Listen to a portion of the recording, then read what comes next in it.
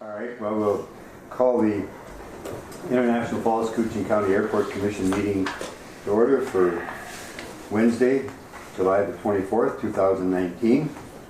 Anyone that has public comment, concerns, questions that they'd like to raise at this time? Seeing and hearing none, we will move to the minutes of the June 26th, 2019 meeting. I'll offer a motion. Motion by Commissioner Pavlik. I'll second. Second by Commissioner Nevenin to approve the minutes. Discussion on the motion of the minutes. Hearing none, all those in favor of the motion to approve the minutes of June 26, 2019 signify by saying aye. Aye. Aye. Those opposed? Motion is carried. Minutes are approved. Thank you. We move to the financial statement, and we have regular claims of $92,439.35. We have terminal project phase 2 claims for $130,245.02. We have runway reconstruction project claims phase 1, $99,740. Runway reconstruction project phase 2, $104,720.36. Reconstruction of the runway project phase 3, $11,334.75. And we have claims that were paid that are utilities, $6,384.21.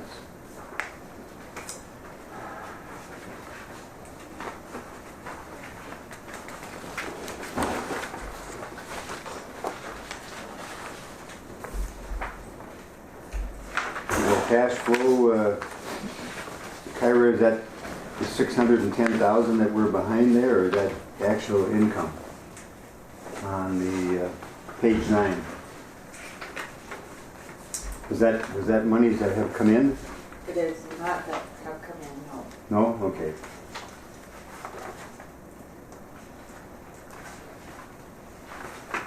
All right. I know the city's carrying some, but I don't know exactly what that number is in cash.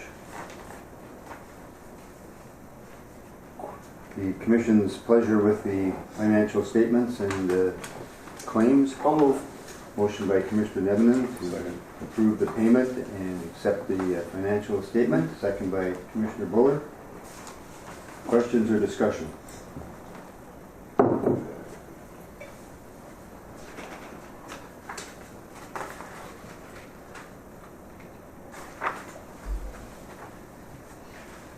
Hearing no questions, all those in favor of the motion to pay the claims and accept the financial statement signify by saying aye. Aye. Those opposed, same sign. Motion is carried. Claims are paid and financial statements approved. Thank you. Engineers report. Who's up? Do you guys have any terminal stuff? Terminal first? Okay. That'd Steve, be great. let's move up to the table. And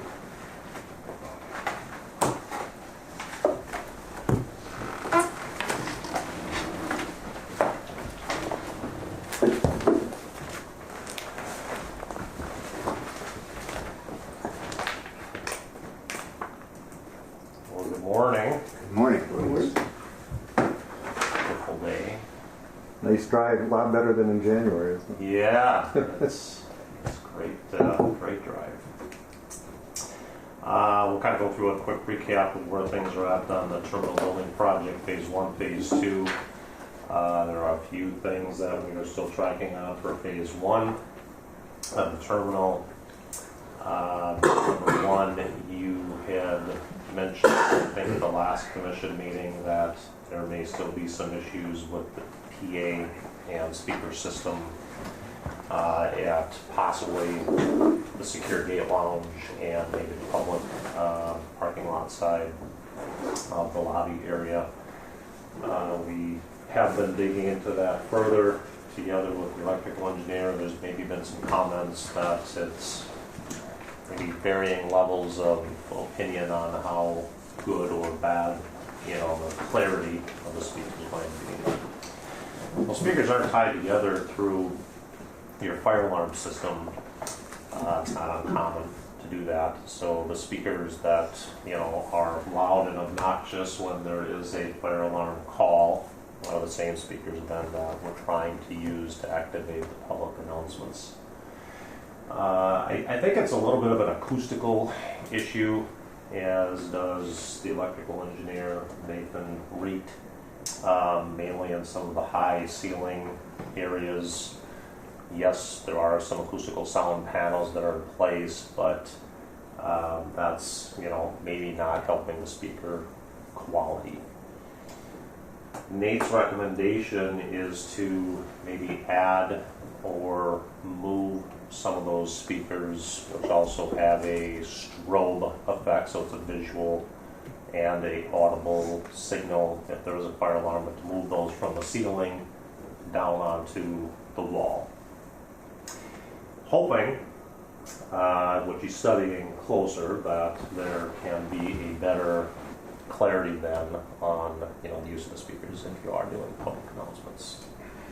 So Nate is following through a little bit more on that, researching some of that with the provider of that system, Brothers Fire, and hopefully we can get some understanding of cost, what that might be, and try to bring that to a resolution in the next 30 days. So it'll be continued on that. We'll give you some more updates as we get that. Next Thursday, August 1, we have gotten word from Jeff Hebson with Global Aviation Services that he will come here to the airport and take a look at the jet bridge. Yeah. So I want to coordinate Thor with you and possibly Holly or one of the users of the system are available. We'll confirm what flight time Jeff's able to get to come up. We're trying to get him on Wednesday, but he wasn't able to get any flights. My last note from him was we're just looking at Thursday, August 1. If you recall, we had asked Jeff, just maybe as a third-party expert, if you will, in jet bridges and how they're used and how they function, what he sees in his day-to-day operations as he maintains several down at Minneapolis Airport. Hoping to get a little bit of insight maybe on what he sees, what he can recommend, so we can follow that back up with the Marin Bridge and try to, figure out our water intrusion issue as that bridge section is somewhat backsloped toward the rotunda, having in a heavy rainfall, or as we've seen probably more accurately in a spring or even a fall warm up, if there's snow and ice on top of that section, you're trying to raise it up for the 737 flights. Bob and I have done a little more research also. Bob really has some of the other similar airport terminals in the region that may have kind of a similar section of bridge. Brainerd seems to have, again, maybe that back-sloped bridge section, but they've not reported. Yeah, both any Brainerd issues. and St. Cloud are actually much more slow back towards the building. I did talk to Steve Wright, and he said no issues. I didn't talk to Bill about it, but he's never mentioned anything to me about it. So those two are, it's a And possibly steeper. shedding faster, right? Maybe it's not Maybe, cooling per se. maybe. Who knows? Maybe. But no issues. Is it the same model or is it different? They're different. Different unit? Manufacturer? Mhm. Yeah. So that could be the issue too. Functions similar, however, right? I mean, it's still a rotating, Right, still has a type rotunda, but they're just different manufacturers. And that's really, I think, that connection between the two and how they're sealed that is the issue. And we can see that. You know, we can see some daylight, we can see some of those brushings or whatever it is that are allowing some of the ice to drip through when it is cooled and build up on the floor, making that a safety hazard. So it's important we get to the bottom of it, understand from a design standpoint. Is there anything that Ameribridge can do to rectify it? But with some insight from Mr. Ebsen, we're hoping that'll be good information that we can carry back forward and have some more discussions.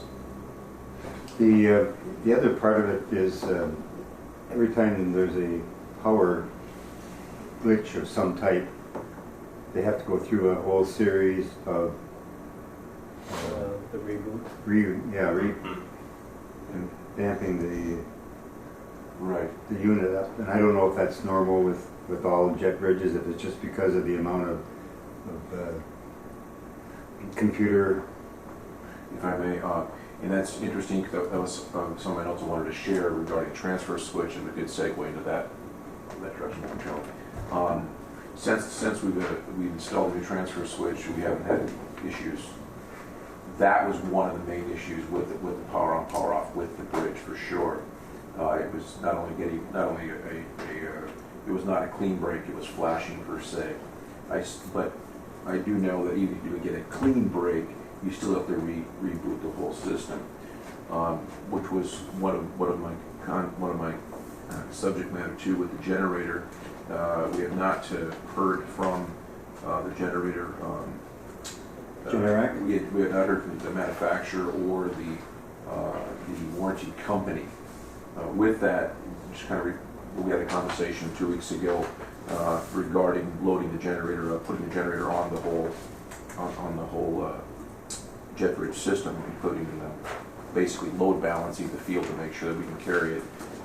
Nate has intentions of doing that, being sure running the numbers that we can run the jet bridge and the GPU, which of course the GPU portion of the jet bridge takes the greatest load, which takes us out of that window of how much energy we need to balance out. So, but yeah, that's a good point. So, do we have any idea where Nate is on that, Jason? That rather. Not yet. No. We actually met with Nate on some other items on Monday, but he didn't give us any updates on that. Certainly that's accurate in what we had last talked about and sort of charged Nate with that further research. I know he wanted to get together with Ted, run some trending, understand kind of what the generator loads are. Now's a great time when you're on, summer mode, full AC, those kind of things to put that power load on. It really wants to determine if, it has the capacity to put that jet bridge fully on, either with or without the GPU. And even possibly, what I would suggest, and I've given this some thought, if we have to add another switch in the jetway to take the GPU out of the circuit, if that gets us to balance, if you understand what I'm saying. Okay, so let's take the GPU out of the circuit. Let's be sure the jet bridge is on the generator circuit, and we'll deal with that possibly 1 in a billion shot scenario if we ever got there, that we had the power out, we have the aircraft attached to the jet bridge, and we needed the GPU. That's a non-event. So possibly even a manual switch with some instruction, something. If we have to do that, is what I'm saying. But as Bob is saying, we want to avoid that. We want to keep the jet bridge energized. So primary is certainly to activate and control and run the jet bridge up to or away from the aircraft in the event of a power loss. That's safety. Absolutely. Yeah. Right now, your backup program, if you will, protocol to that, if that ever occurred, you have to manually go down and, as we tried a year ago to release the levers. We were standing, I know. Allow you to do that. Having been through that exercise, I understand it just takes a little bit of muscle to make that happen, and you certainly have that ability. But painful to go through that. Much more appropriate if we can get that on a backup generator power system. And I think and what I heard Nate saying, clarifying, is that there's a possibility we won't need to put a disconnect on the GPU, okay? Right. That's what I heard him say, okay? Yes. So the group knows, aircraft pulls in, 98% of the time they leave their own ground party running, their auxiliary point on the aircraft running. So it's a non-issue. Very, very rarely does the aircraft come to the jet bridge, shut down one APU, and then they use the GPU cord which is attached to the jet bridge. If and when they do that, what happens is because that GPU, 2,000 amps, 28 volts, that loads up the system. That's probably the terminal building for a short period of time. Tremendous amount of energy. That puts us out of that window to be at the generators level we are right now and have everything online. So when we bought it from 250K to 300K, one of the things Nate had to do was find a place where he could take away that load. So he elected to take the jet bridge off of the load, the whole jet bridge. And of course, then what happens is that, or sharing is that in power outage, we don't have jet bridge power, and that's really important. So I'm suggesting Nate and Bob and Steve are already driving Nate in that direction. We think, double quotation marks, we have enough energy anyway. But I would highly suggest if we don't have that, we should disconnect the GPU and put it on manual usage. Or, Agreed. And it's a little bit of research and understanding and prioritizing those primary important items that should remain on, and maybe reassessing what could be dropped off. absolutely. Is there, electrical switches and certain lighting things that Cotton's maybe on now office, that you something like that. don't necessarily, we'll call that secondary instead of primary. So we did, I know Nate's been doing some research within the equipment data and specifications from Ameribridge to try to understand, what their equipment needs are, how that could be possibly separated. I'll follow back up with him, and see if he's had any focused discussions with their engineering group, try to determine course of action. Yeah. And running back to the generator warranty issue, how much more time do we want to give Nate to talk to the folks at Generac/warranty company? And if we're not going to be successful, not blaming Nate, but I am saying then, do we need to up the horsepower a little bit? Do we need to let them know we're serious about this? Are we talking legal action? Are we talking a letter from the mayor/airport commission chair? What do we? Because they're not responding. Mm-hmm. Agreed. I think we should have a more focused effort on that. We'll contact Nate and see if he's been able to contact representatives that handle Generac's maintenance and things. As you met the fellows that were here, and we didn't necessarily agree with their response, and maybe saw some other things as they mechanically were working on the system that caused us maybe a little bit of questioning. So, And to Nate's credit, he read the warranty verbatim, and it clearly states, to an attorney to at present understand, you folks should fix the generator in the store. yes, and he was very good at including the specific language within the specifications on the system itself, prior to bid. Hey, if you're going to provide this generator system for this project, here's the minimum requirements you're going to have to abide by, and having a representative within 4 hours and so many miles of the terminal in case there is something that needs to be looked at in an emergency situation. It comes down to an oil issue. It seems odd. Nobody agrees that there should be that quantity of oil usage on a brand new generator system. We're going to follow back up with Nate and see if he's had any follow up with either the rep or Generac themselves. So I did just send him an email, so should hear back from him, and I think you're right. If we don't hear back from them soon, we'll have to take some other action. Yeah. It's already been enough time. So, thank you. Yeah, I think we need to pressure ourselves and Nate to try to have a better answer, within 2 weeks, certainly within 30 days in the next commission meeting. The use of oil is just one item in that the engine is using that much oil. That is correct. And is there any sign that it's being burned? They couldn't, it was, Is it coming out the stack, or is it? their rep was mystified, quote. He looked at it and he said, I can't see anything physically. How could it be burning in 6 gallons in 80 hours? Where's it going? He did all the checks, the turbocharger, exhaust, etc. Took off some head panels there, looked to the app, just didn't, nothing obvious at all. But clearly, yeah, it's an issue, and you wonder. I'm sorry, what? Well, it's, correct me, it's natural gas It is. It's Fuel. natural gas fired, correct? and it's cycling. You don't even know how many times it's cycling.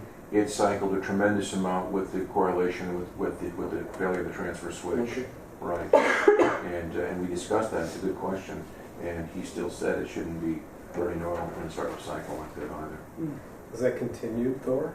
It is not. We don't know because we haven't run the generator since the transfer switch has been repaired. So yeah. And I think they were recommending another 24-hour or something run time to tease that out again, which, you know, admittedly you shouldn't have to maybe weigh that burden. It should be something that's watched, if not by the representative or Generac, then certainly by Hanson Electric. If Kenny is still here, I think we can, if they're unwilling to do that, maybe we can work with Hanson to at least help now that the ATS is fixed. Right. Let's do another run on that generator and see if we can monitor its usage. Yeah, overly simplified. The gentleman that was doing the work and representing the company. Checking myself right now. Okay. He boy, you're going to do this, and you're going to do it 40 hours, and you're going to monitor it every hour, and you're going to have someone there. And I said, we're not doing that. Well, that's our responsibility. I said, no, it isn't. So that's what we're dealing with. It's a very strong attitude that needs to be adjusted. Good. Okay. Well put. Yep. Thank you. Further on phase one? Phase all the one. films are in. I mean, all the windows are. All that's been completed. Yes, sir. Has there been any feedback? Have I heard a word? So hopefully that is working for both the boarding pass scanner. The sunlight was causing some issues with scanning the passes, so hopefully that's been rectified with the adding of window blinds on those first few panes of glass.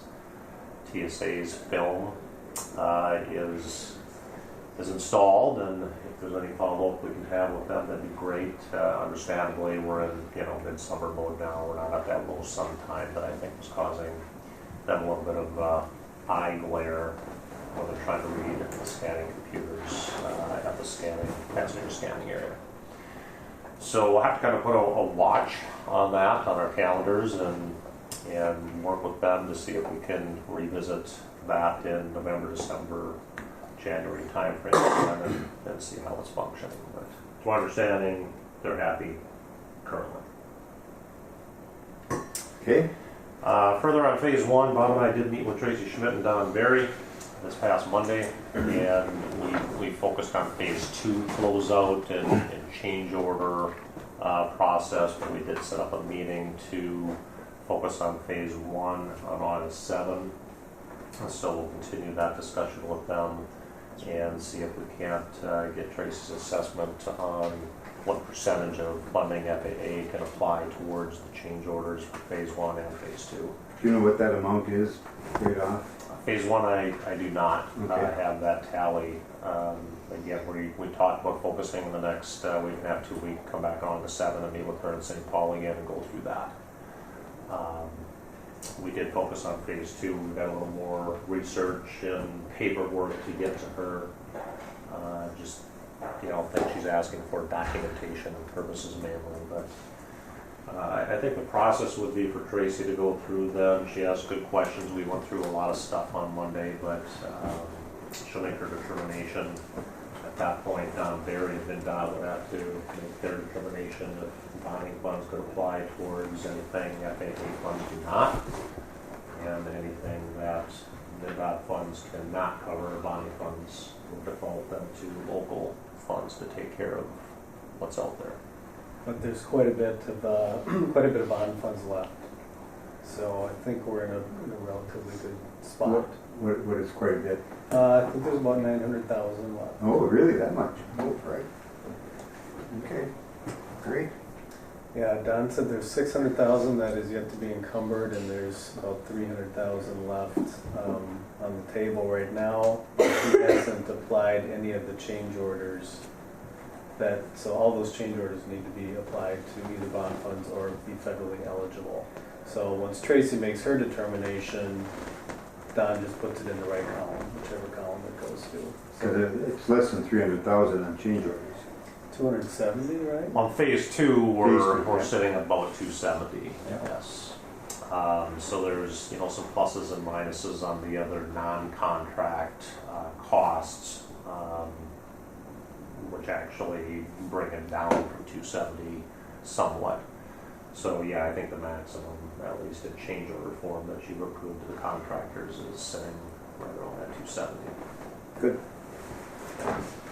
All right. So, we did talk to Tracy about a timeline, because if you recall, we wrote the legislative language that we could use the remaining portion of the bond funds on the commercial service apron. Yes. But we have to go through that whole bonding process again to access those funds. Mhm. The pre-design report, the letters, everything, which takes time. And we can't start the project until we have those bond funds in hand. Tracy believes, she said, the grants are going to be coming out again, so it wouldn't be until end of September, possibly, when she would get to the change orders. So it'll be sometime after that, which then gets us into the commercial service apron, which I think we have scheduled for. Was scheduled for the fall, I think it's Fall. mostly, but we need the grant in place, so we need time to contractor mobilize to do work. So But we talked about, so there's federal money available for that, and so there's a local share of about 25,000. that was our rough calculation. Yeah. So it might cost more money to access the bond funds than it would for you to pay for your local share. But it is federally eligible. The commercial service apron was not, Was not. Okay. which is why we wrote it into the bonding Right, language. that's what I remember. Now it's eligible. Now it's all. Why is that?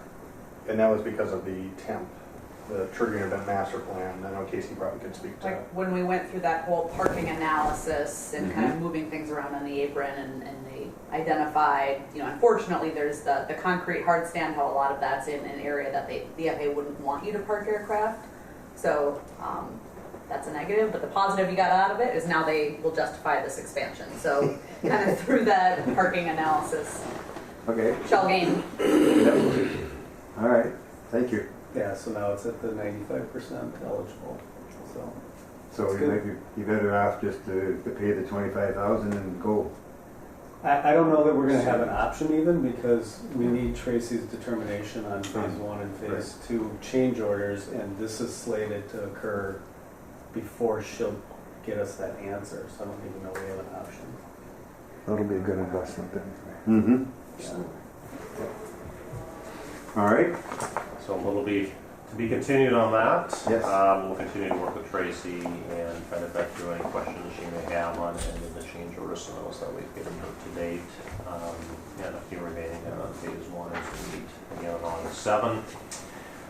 Further on phase two, in regard to change orders, there are two final ones we need your signature on. Formal processing back to Tracy as a submittal. Number one, this is change order 41. You actually approved a value at the last commission meeting up to, I think, about $9,500 for AW Kettle on the material price increase. The cost is actually $7,353.50. So that was good. If you recall, there were a couple other material price increases that we got caught in the middle of from bid date until bonding was approved and we could actually award contracts. It was maybe a 5 or 6 month gap. We could only hold contracts for 120 days or 4 months. Subsequently, there were material price increases mainly on metals. So you previously approved structural steel, hollow metal doors and frames, and some aluminum for glass and glazing frame. This is A.W. Kettle's metal increase for the exterior metal paneling on the building. The second one is change order number 42, the last one that would go to FAA for review on phase 2. This is also the A.W. Kettle, $9,004.05. It is to take care of some demolition and removal of the existing wall panels that were on this side of the phase 1 terminal when we completed it, that had to be removed to allow phase 2 addition to take place. So they had some dollars expended on that we had not directed that within the original work scope to them.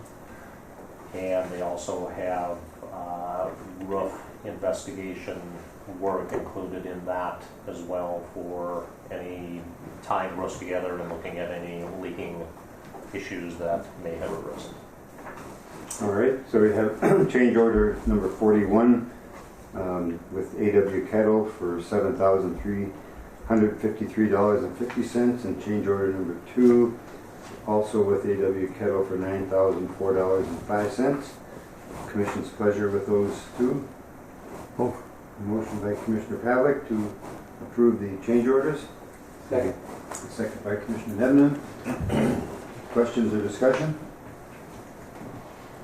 All those in favor of the motion to approve the change orders signify by saying aye. Aye. Those opposed, motion is carried. Change orders are approved. Thank you. Further on phase 2.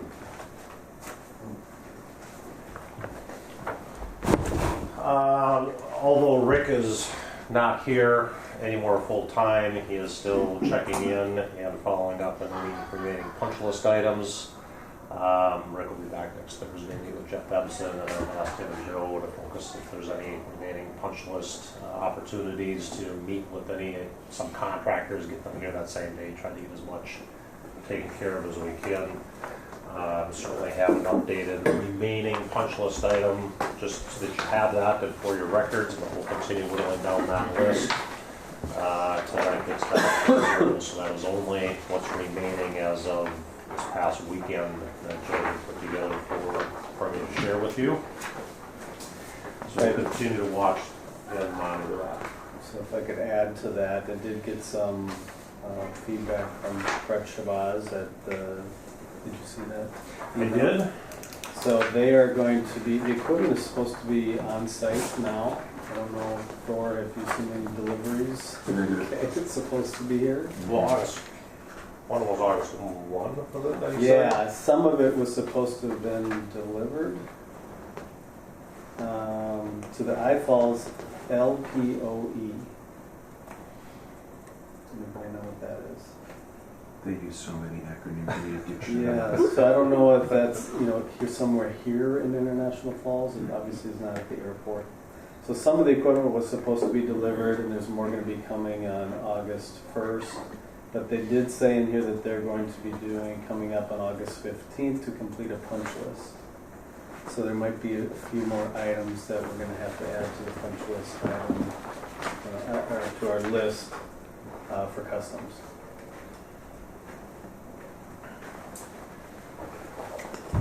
Asphalt patch. Your trench, it should still be outstanding, right? Yeah. KGM hasn't been here Fixed yet. asphalt construction equipment in many locations. But they were trying to make sure when they mobilized, here was some other in-town work. Joe's been following up with them. At the same time, we're going to ask KGM to take a look at the south side core spot that was completed by Mullen. Maybe transfer those dollars away from Mullen and give it to KGM to get the seal coat done on that side. Yep. So we'll follow up and see if we can earmark when KGM would be in town to take care of that. So yeah, we'll put it on our calendars for August 15 to work together with CBP, Brett, Tony, and crew to see what they may have in terms of their review punch list items. I think they wanted to look at security systems, camera, locations, and how they're pointed, physical space itself, and we'll wrap up anything that may come out of that review. To that end, we can't fully close out our dollars, and we're down to minor things, but we're still paying some rental dollars on the temporary storage space that is still here that they're using, temporary trailer. So as soon as they can move in permanently, we'll finalize the decommissioning and removal of their temporary trailers and things and get everything cleaned up. So that will allow us, since we are providing you the rental on those units, to close out our books, if you will, and get you that final billing as soon as they can vacate.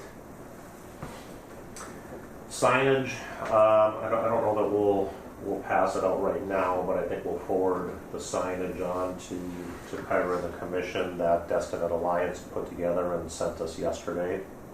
We had talked about adding some additional interior directional signage. I think we talked about hanging something from the ceiling here. If you're in the main lobby, you could see that it's, administration, offices, and conference rooms this direction. There's a few more door signs that are needed. As you notice, the piece of paper on the electrical room, I think, needs a little more permanent sign. Stenciling on the door at the end, on the glass door, some of those things. So we've got that package. We want to get to you and see if we can review the language that the signs would say. We can then get that to Sign Nation, get a pricing proposal from them, and get your authorization, get that ordered. TSA and NOAA. Yeah, I think TSA did not want They just wanted their name, they just wanted the number. They wanted Yeah. suite one or Sweet something. one. Yeah, and if Customs wants anything or not, I think that is going to be a public access for driver's license things that they're working on. Cell phone repeater, I'd have to defer to Thor to see if you've got an update on that. Great. I'm going to skip shot that right to Kyra.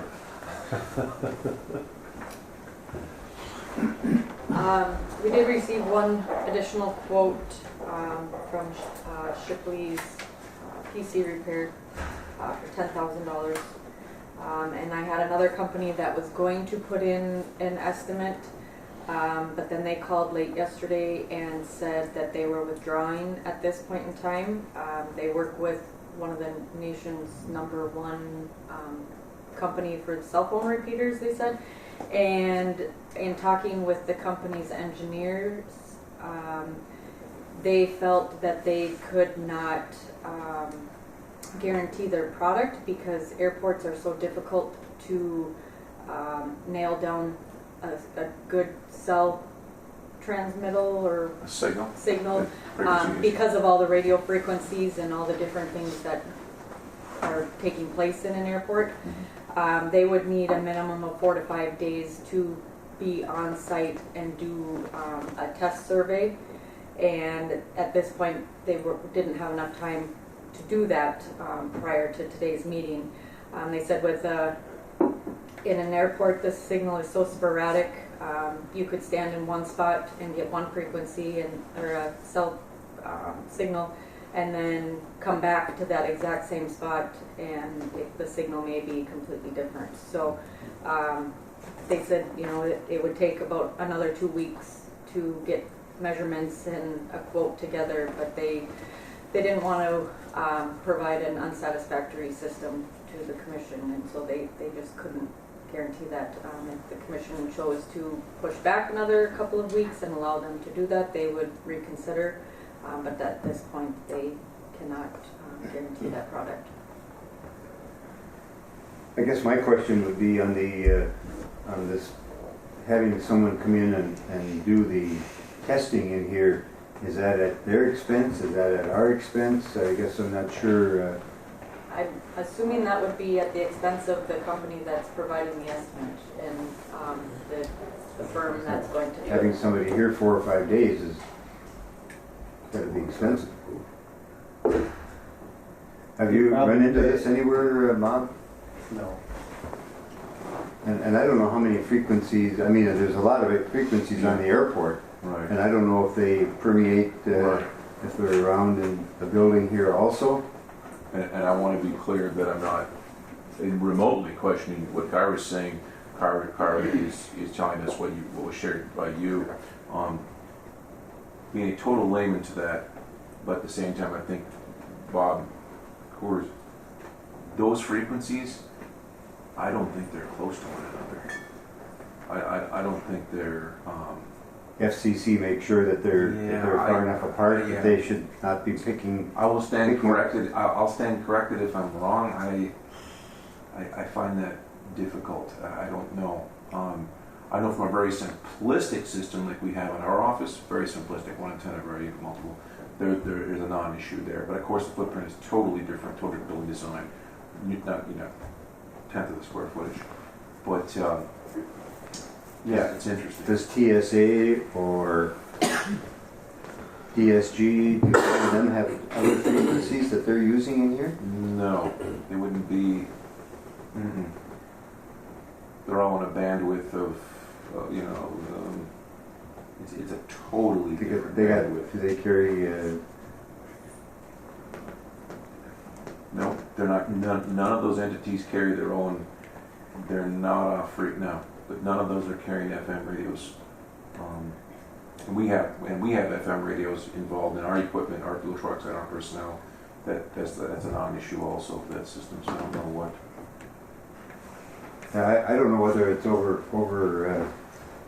Maybe it's too big being of a over project. designed or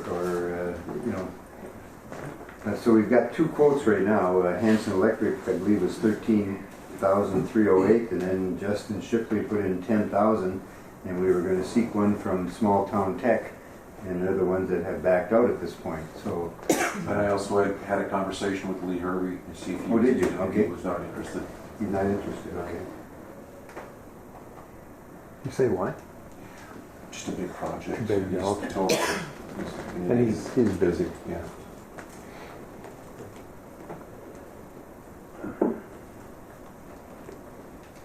And not understand that techie world. I just don't know where to go.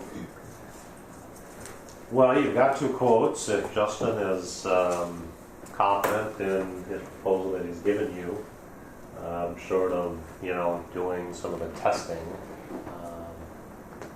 as a local entity, he handles a lot of your technology needs anyways. It might be a good option to chase that further with him and maybe dig a little deeper to understand how would they go about the testing of the system.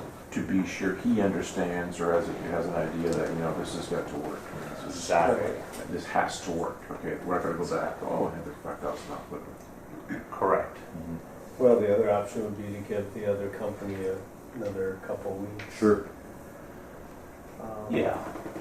Give it a couple weeks, or you certainly have your initial offer from Hanson Electric together. I'm not sure if that was through Allstate Communications, I think. Who was that?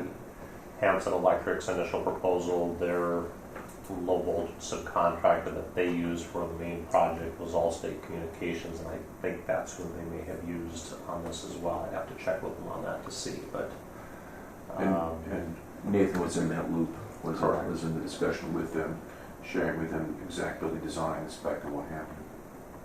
yes, Was that the $13,000 correct. estimate? And if that is still valid, I think that comes with a pretty good surety that, they'll make sure that gets done as well. Well, we can wait a couple. I guess it's for the folks that are clients that are here or the ones that are struggling. They have to go outside every time, and right now that's not bad. Come later in the year, it'll be a challenge. But And I just can't emphasize enough from a safety perspective or an operations perspective, it's impossible. yeah, just a poor situation. We need a cell phone system in the building. Yep. That's the truth. Well, let's go in another couple of weeks and see what information we get here. I think more information is not going to hurt. I don't know if Nate has had any discussions with Justin regarding his quote.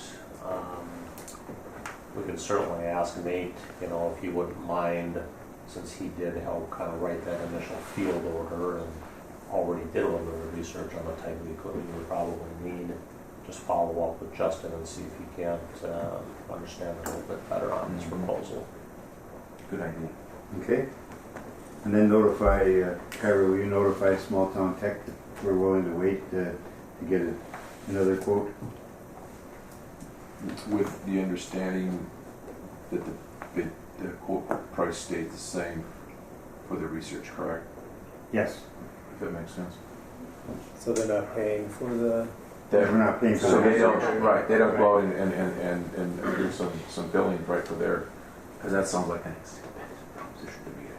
Yes, it seems like overkill. Yeah, I could. But I think I I think I hear what you're saying. But I thought it was gonna be a simple fix, a couple of antennas and yeah, jacks and a Milwaukee drill and some duct tape. And some duct tape. Yeah. Yeah, it's hard to get it right. Certainly the price point you pay would have to include something, you know, Yeah. for that, albeit, you know, you wouldn't want to overpay if they're only here for 3 hours to figure out it works, and meanwhile you pay them for 4 days. So maybe it ought to be an optional pricing to at least understand, so it's fair to both parties. I don't have anything further, frankly, How on was the phase two. the custom window that was leaking? Do we know where that is? That was completed. That was taken care of? Yes. Okay. It's done. Yep. Sidewalk on the north side, was that part of your punch list? That, I assume that's the sidewalk over right out here. front. There's something, Up the side. it doesn't meet code according to the building inspector? I'm not aware of that. I'll show you what he explained to me. It takes a jog, it should be squared up for, Yeah. I don't know, ADA or I don't know why it needs to be. Interesting. It's a small area, Yeah. 2 by 2, but but that Just didn't. right outside the door. it takes a jog rather than, It goes out and then it has Yeah. to come over to tie into the other sidewalk that takes you to the parking lot. So he just needs a little bit more cement poured, is my understanding. Around the Yeah. corner there. He never said anything about No, that. he before. didn't. It wasn't on our list of things that he gave us to make sure we're complete prior to full occupancy certificate. The only thing we needed to complete was the additional door signage. That's odd. it's a technical matter, he said, but it's Yeah. small. Nonetheless, You could even put a paver, I think, there that would, yeah, if you don't mind showing me, and then I'll follow Yeah. back up with Kelly, and certainly we'll tackle whatever is necessary. And then on the siding, and that's the couple that AW Kettle has here, the panels don't reach the roof, those are all on your punch list and they're Correct. working on that? Yep, we're just Okay. looking at a couple of details on how they tie into that roof edge. And I talked to Tom Kettle, he's aware, he says, yep, I understand. Let's just understand what the right detail is, they'll get something fabbed up, they'll extend the metal wall panels up underneath that kind of fascia trim that we would remake. At the same time, he agrees his field quality of some of the cutting of the wall panels vertically are less than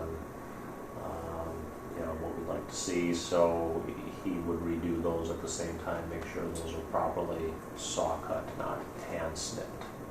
Very good. Okay, further on phase 2? Nothing on my end. Very good. Thank you. You're welcome. Yes, thank you. Steve. We'll move to the runway and taxiway reconstruction. Well, round 2 of the engineer's report here for the runway reconstruction. A few introductions first before we get started, and a few familiar faces here. This is Casey Nowicki, planner. Chelsea, who's been out on the construction site for the last couple weeks now. And Dinah Van Espen, who is also with SEH, and she's up helping out with construction. Also known as Belgium because she's from Belgium. We don't hold that against her, though. We don't. So I guess we'll jump right in. We've passed around a memo that just kind of highlights some of the key notes that we have for the projects that we're working on. The important part is the memo is getting shorter, so we've had some lengthy ones in the past. But phase 1, reconstruction of the northern part of the runway is underway. We're nearing the end. Paving is imminent. They're hopefully going to start doing some test strips today, tomorrow, I think, depending on some grading that we're working through. They are trending a bit late. They were supposed to be wrapped up, I believe, tomorrow, I think it might have been tomorrow. But due to some rock that they found, I know Benita discussed that last month. There was a rather large rain event about a week ago that kind of set it back a little bit, and I think just things are taking just a little bit longer than we anticipated. So we'll be operating in the shortened runway condition for a bit longer. But as far as I'm working with Thor, I believe everything's been working well with operations-wise. I don't know if you guys can do that. Very well, yep. Very minimal impact with traffic. Absolutely zero impact because of construction as far as ground incursions or anything of that nature. Safety's been paramount. Very well done on their part. Minor impacts. We've seen some traffic loss because of the lack of instrument approaches, nighttime, what have you. Folks coming across the pond late at night, they want good weather guaranteed. If it's even marginal, they're going to a different facility, which is fine, no complaints. But yeah, it's going along very well. In fact, on a personal basis, I had a lot of trepidation, starting the project and particularly looking at multiple phases of the project. And it's instilled a lot of confidence in my mind that we'll continue on and we'll get the phases done. And did we have to remove some of the rock then? Was there some blasting? There was, yeah. I don't know if Chelsea's going to discuss some of the Okay, rock thank you. removal. Yeah, maybe a quick update. I think we'll Sure, actually get yeah, into that'd be some good. of that here. Chelsea's going to show some photos here. Chelsea, by the way, usually we're paying money to somebody for wetlands, so I mean finding rock is Yeah. very unusual. Save it. Who got all the gold? Yeah, it was me. I picked it up. So I think last time we kind of talked last month just about how they had milled everything and they were pulling up all of the excavation. So now they actually have laid the sub-base material, which is on the left here. So they did 3 lifts of 8 inches. So there's 24 inches total of sub-base there. So there's quite a bit. And you can see the grader on the left. They graded and then compacted, and then we did some testing to make sure that the compaction was good. And then they moved on to the aggregate, which is shown on the right. So this is actually fully tested now along the runway. So that's good to go. They're just doing some extra grading today and then hopefully doing a test strip for paving tomorrow. And then the paving will officially start on Friday. Well, and to Commissioner Pavlik's question, drainage, did we do any sub-grade or Yes, yep. drainage work? So Oh, okay. I'll skip ahead. Holy fright. So this is actually a pretty cool picture. You can see the rock on either side of the manhole. That's how much they had to take out for this particular location, and there were 2 other locations that had rock as well. So we took, I think it was close to 3 or 4 feet deep, and then also pretty wide. So that is all completed though. So the storm sewer is in and the drain tile is in as well.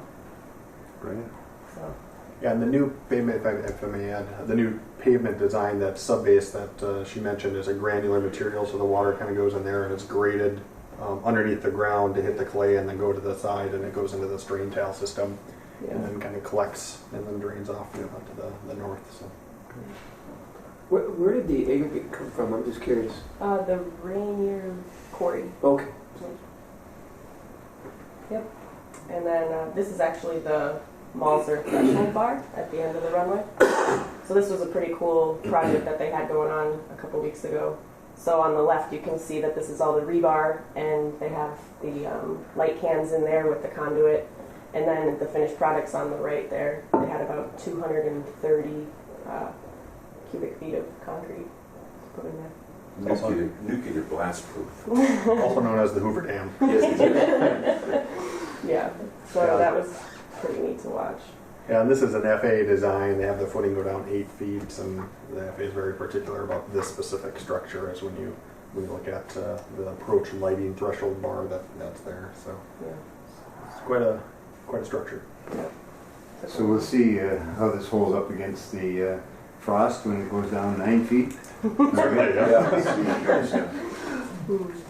But yeah, and then back to this rock excavation. And then the last thing that they're doing now is they've completed excavation on the taxiway portion. So that's the left picture there, and they put in the drain tile. So that's all completed, and this is, on the right is a picture from yesterday of them compacting the first lift of the subbase. Do you have any other questions? Just curious, approximately how many people are involved on the construction side? I mean, Well, it varies day to day, but there's usually about 10 to 15 people out there. Some days there's quite a bit more, some days less. And so what kind of timeline are we looking at for the bituminous, will that be in several lifts? Yeah, there's going to be 2 separate lifts of bituminous. There's a surface course and a base course. So we'll do the 3-inch lift first, and then the 2-inch lift on top for the main line. And then on the shoulders, it's 2-inch lifts. So it'll be 5 inches of bituminous. On the actual runway, and then the shoulders will be 4, as well as the blast pad. That'll be 4 inches as well. That's a little bit different than the 21 inches that was out there. We added Quite a bit. Quite a bit. So we're expecting the sub-base to carry the weight. Yeah. But yeah, they should be starting that either Friday or Monday, the paving. Who's got that contract? KGM. Yeah, KGM's doing Good. it. And they've set up their plant. Yep, that is getting certified today at 1 p.m. And where is that? Is that It's over 12 at minutes away, I know that. 332? Is that over on 332 or no? I guess I'm not sure of the exact location. I know we had a project meeting, they talked about the haul route. where Coleman's plant was. Oh, Okay. that's where it is. Yeah. Coleman told me Same that. place where they had, When you mentioned they were jumping car. Yeah, that's where they were jumping car. That's it. So it's close by then. Yeah. 6.8 miles is what they told us. Must be round trip. Yeah, I'm not sure. Yeah, it must be, I guess. No. Yeah. Yeah, because it's Probably about 4 miles. yeah. So you've been here every day. You're not commuting, are you? I come up during the middle, like for the week, and then go home on the Okay. weekends. Okay. We also have one other SDH staff, Ron, who's been living and breathing, pretty much every week. And, he doesn't go home all that much. So. Yeah. When you're doing this kind of stuff, you got to be there. I guess. Yeah, he's there every day. For sure. Great. Very good. Yeah. All right, thank you. Thank you. Well, and speaking of KGM, they would like to be paid for the work that they've performed so far. Oh, forget about that. The total contract was plus or minus 3.7 million. We're presenting pay application 2 in the amount of $1,061,149.76. And this would be basically for work performed up until, I believe, last Friday. I believe is when you ran the numbers for. Mainly the excavation work, the subdivision work. We obviously haven't paid for the bituminous yet and other items, but about 1/3 of the contract would be paid for after this pay application. You're recommending? I am recommending. No more, Mr. Chair. Okay, motion by Commissioner Pavlik to approve the payment to KGM, application number 2 of $1,061,149.76. Well, second. Second by Commissioner Nevena. It's close to what the mayor makes every year as mayor. The 76 cents. I needed that job. I'm sure that's a high paying wage. All right, further questions or discussion on the motion or the payment? Hearing none. All those in favor of the motion to approve the payment signify by saying aye. Aye. Those opposed, same sign. Motion is carried. Payment is approved. Thank you. One other item for phase 1 is more an administrative item as part of an FAA change order, which you're kind of working through the terminal. Same with the runway. When you do a change order, the FAA requires the sponsor to basically provide a letter saying you agree with the change order costs. One would think that by signing the change order, you're agreeing to the cost, but they want a specific letter that says that you looked at that. We've had one change order thus far. for the runway project. That was the installation of the temporary PAPIs. If you recall from that was installed back in June and kind of coordinated throughout the winter. We've submitted the paperwork. The FAA has requested this letter, so I've drafted basically a letter saying that you concur with the change order that's been presented. So with your permission to get that letter signed, and we can submit that on your behalf. So would need the chair signature. Chair signature, correct. Okay. Yep. I'll move on that. Motion by Commissioner Pavlik, second by Commissioner Buller to authorize the chair's signature on the change order for the installation of the PAPIs.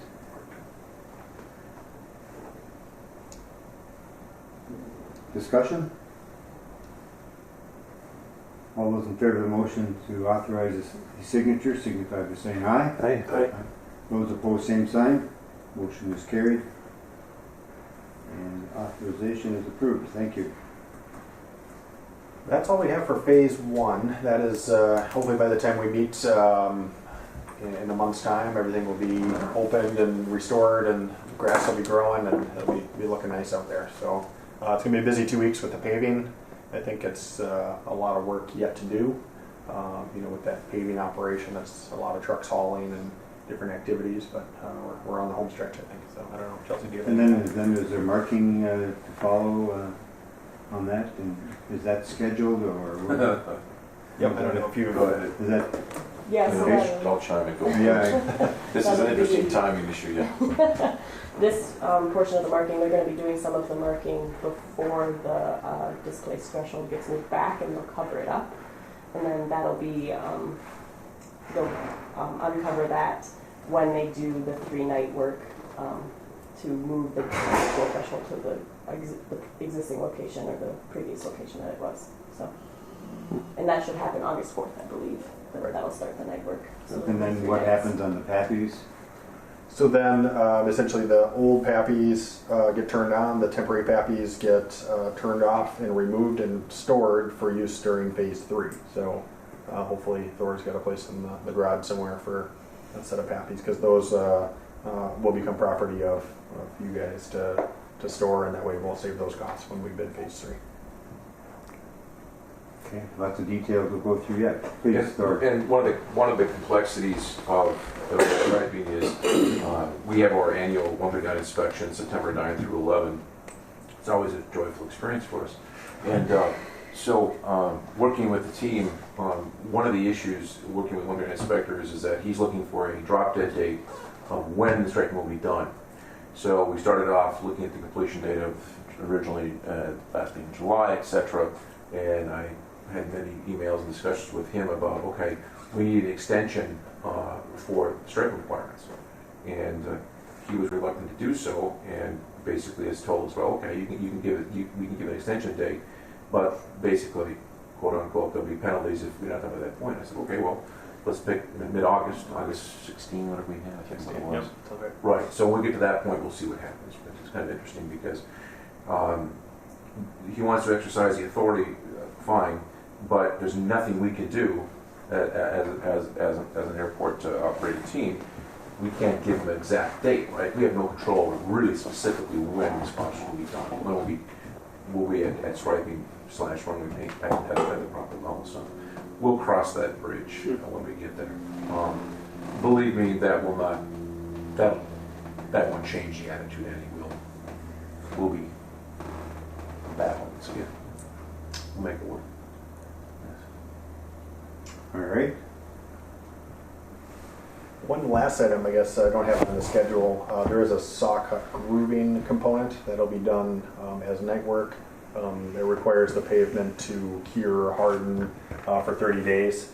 And it's approximately 3 nights, 30 days from completion. So we're looking at early September, not timed with the Part 139 inspection, but they'll come back, do night work and groove in, just like I don't know, it's kind of hard to describe exactly what they are. About every 1.5 inches, there's just a groove that helps with friction, helps aircraft stop, reduces hydroplaning. So it's definitely a safety feature required for Part 139 airports. You just need to wait that 30 days for the pavement to harden. So that'll be a component probably mid-September, right? So I don't know if we've heard anything from KGM on when that work will be done, but yeah, we'll definitely message that. There'll be night work, so no impact to airlines is what I'm anticipating. So I don't forget, you got the email returned about the revision, the sign will work? Mm-hmm. We'll go with that. Okay. Yep. Thank you. Yep. Definitely run with that. So. Any other phase 1 items? All right. Thank you, Chelsea. Moving into phase 2. Benita was presented phase 2 last month with the Yulin Brothers contract. Those contracts are being routed for signature. Basically anticipation for that grant. So once the grant comes out, we can get to work right away. Work that we're lining up for this fall, pending permits and other items, are the concrete apron expansion towards the weather balloon facility and obstruction removal. Some of the clearing items could potentially happen this winter as well, pending on the permits. So we're working through all those items. No real updates on that since we don't have a grant yet. We don't really have much to update with. With regard to the removal, that's really just a temporary process. I mean, they're not doing anything to ensure that we're not going to have to do removal again in 10 years or something.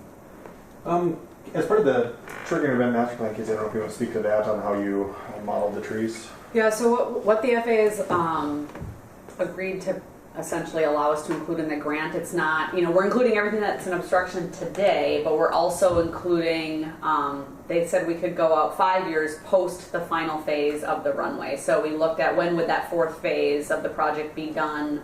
And I want to say we did, I don't remember exactly, 2023 plus 5 years. So we modeled a growth rate, and we did kind of the Aspen, the more aggressive growth rate for all the trees.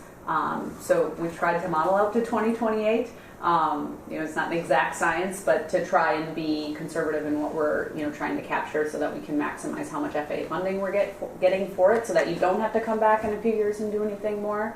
That being said, the areas that we are clearing, the FAA doesn't pay to clear and grade and do all of that and, convert it to a turf area or something where maybe you wouldn't get that regrowth. So I think over time it is something you'd want to, I'm assuming you're going to spray it as part of this project, but long term there would be some level of maintenance. But some of the areas we're clearing are quite tall, and it would be quite a while until they become an obstruction again. But I guess not to say that there wouldn't be maintenance long term.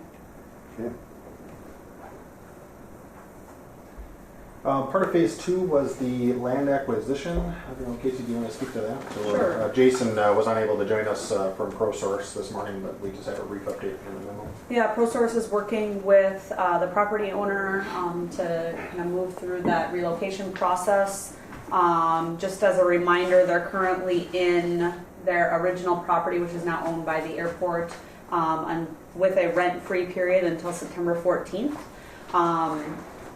So if they need to stay at that property longer, maybe in August, it might be worth, kind of touching base and seeing where that's at, if there needs to be an extension to that rent agreement, whether paid or unpaid, but that might need to be revisited at some point. The property owner originally had a contract for a modular home. They've now switched to a manufactured home that had a lower cost. So it sounds like that will be, the delivery date for that is mid-September, so kind of back to that rent agreement. It's likely there's going to need to be an extension to accommodate kind of their timing on the delivery of their home. They have started work on the clearing and driveway at the new home site, so good news there. They're still working on some septic options. I know ProSource suggested another local contractor that they could get another bid from, and they're working on a second bid for the slab for the home as well. So working through some of the items on the new site. I believe the property owner has requested a kind of an advanced payment on some of those relocation costs, but ProSource has indicated to them that they need to utilize their proceeds from the sale first, unless there is a hardship, and there hasn't been any documentation of that at this point. So ProSource is kind of keeping all that paperwork and all those in case there is documentation of a hardship later on. But I think Jason's doing a good job of kind of helping them through the process as best he can, and I think has been a good resource for them as they work through the process of getting the new home site set up. I know there's been progress made. It sounds like on some cleanup they're working on the original home site, so I think that will continue. Any questions on the relocation process? Please.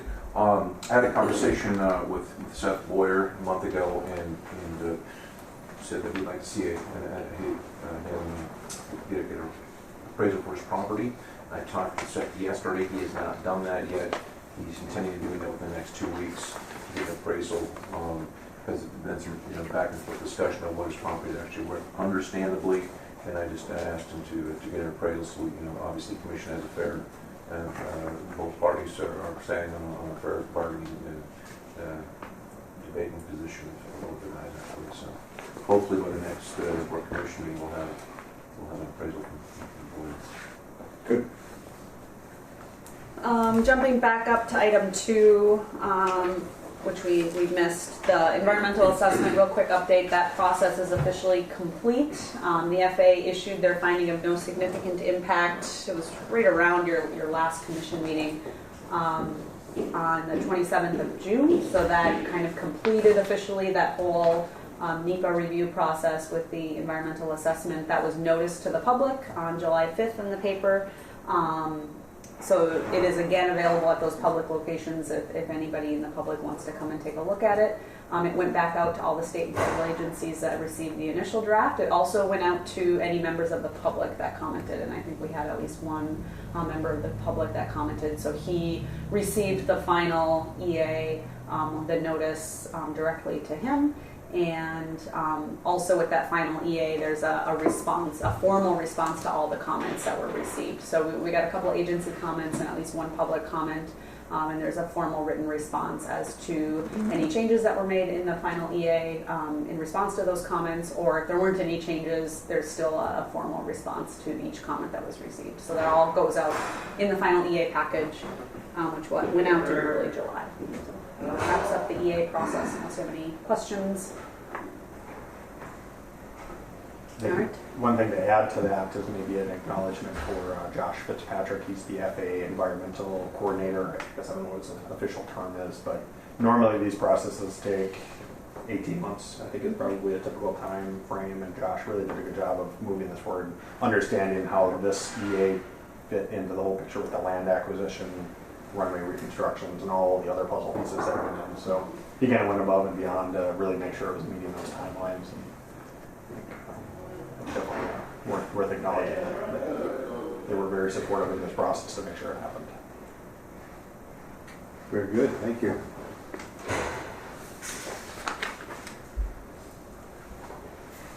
The next item is public involvement and stakeholder engagement. It's been fairly quiet from that regard. We had one newsletter that went out to Cairo, hopefully another one at the end of the week here just with an update on construction progress.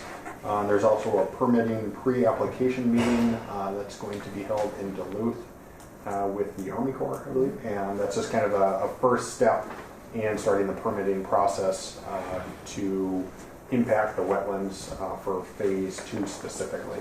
So once we start doing that grading work, we got to make sure all our wetland permits and any mitigation is lined up. So this is just an initial call to kind of get everybody on the same page, make sure the stakeholders have a good understanding of the project. There is a phone call, I believe, Laura and Bob have been invited to that. We can share the information with anybody else.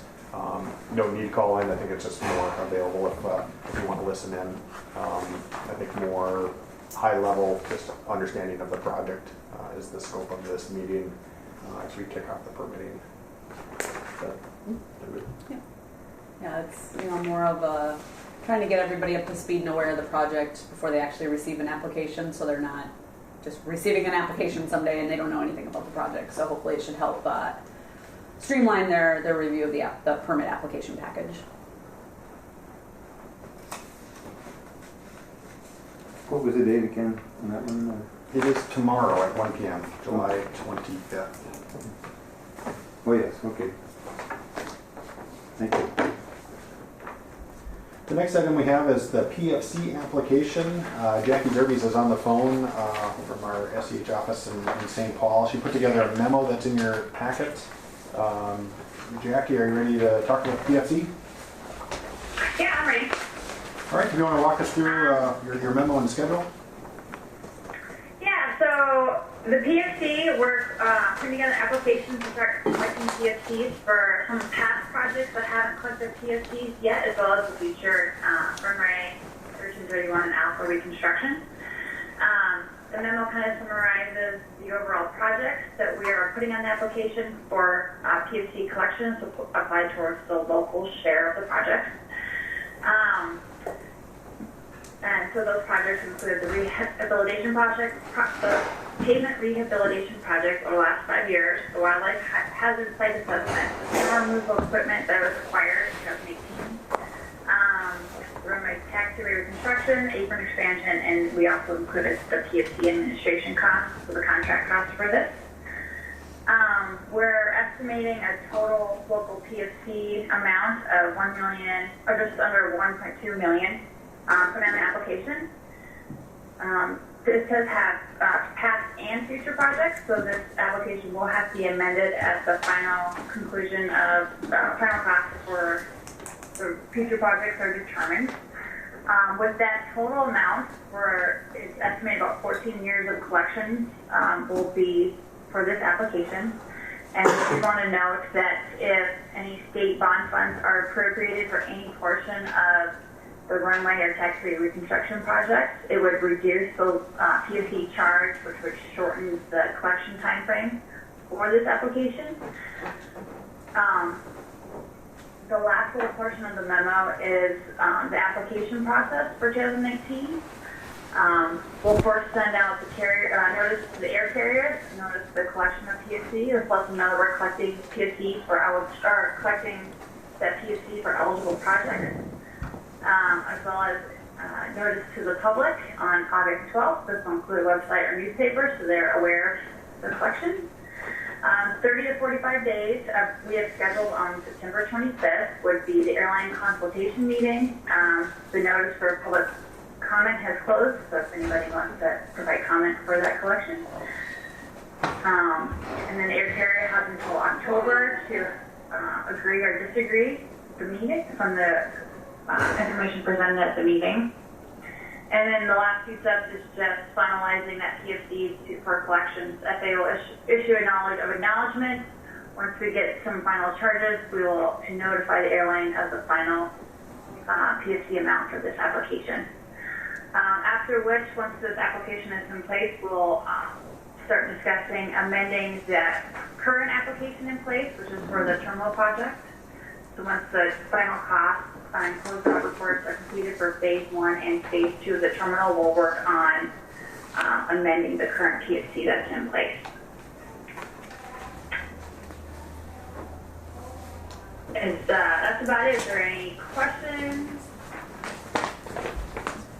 I guess there's no action needed right at this time. Jackie, we understand. I guess the other. There's no action needed. It's just an FYI of what we're going to put on the application and then the application process of the next few months.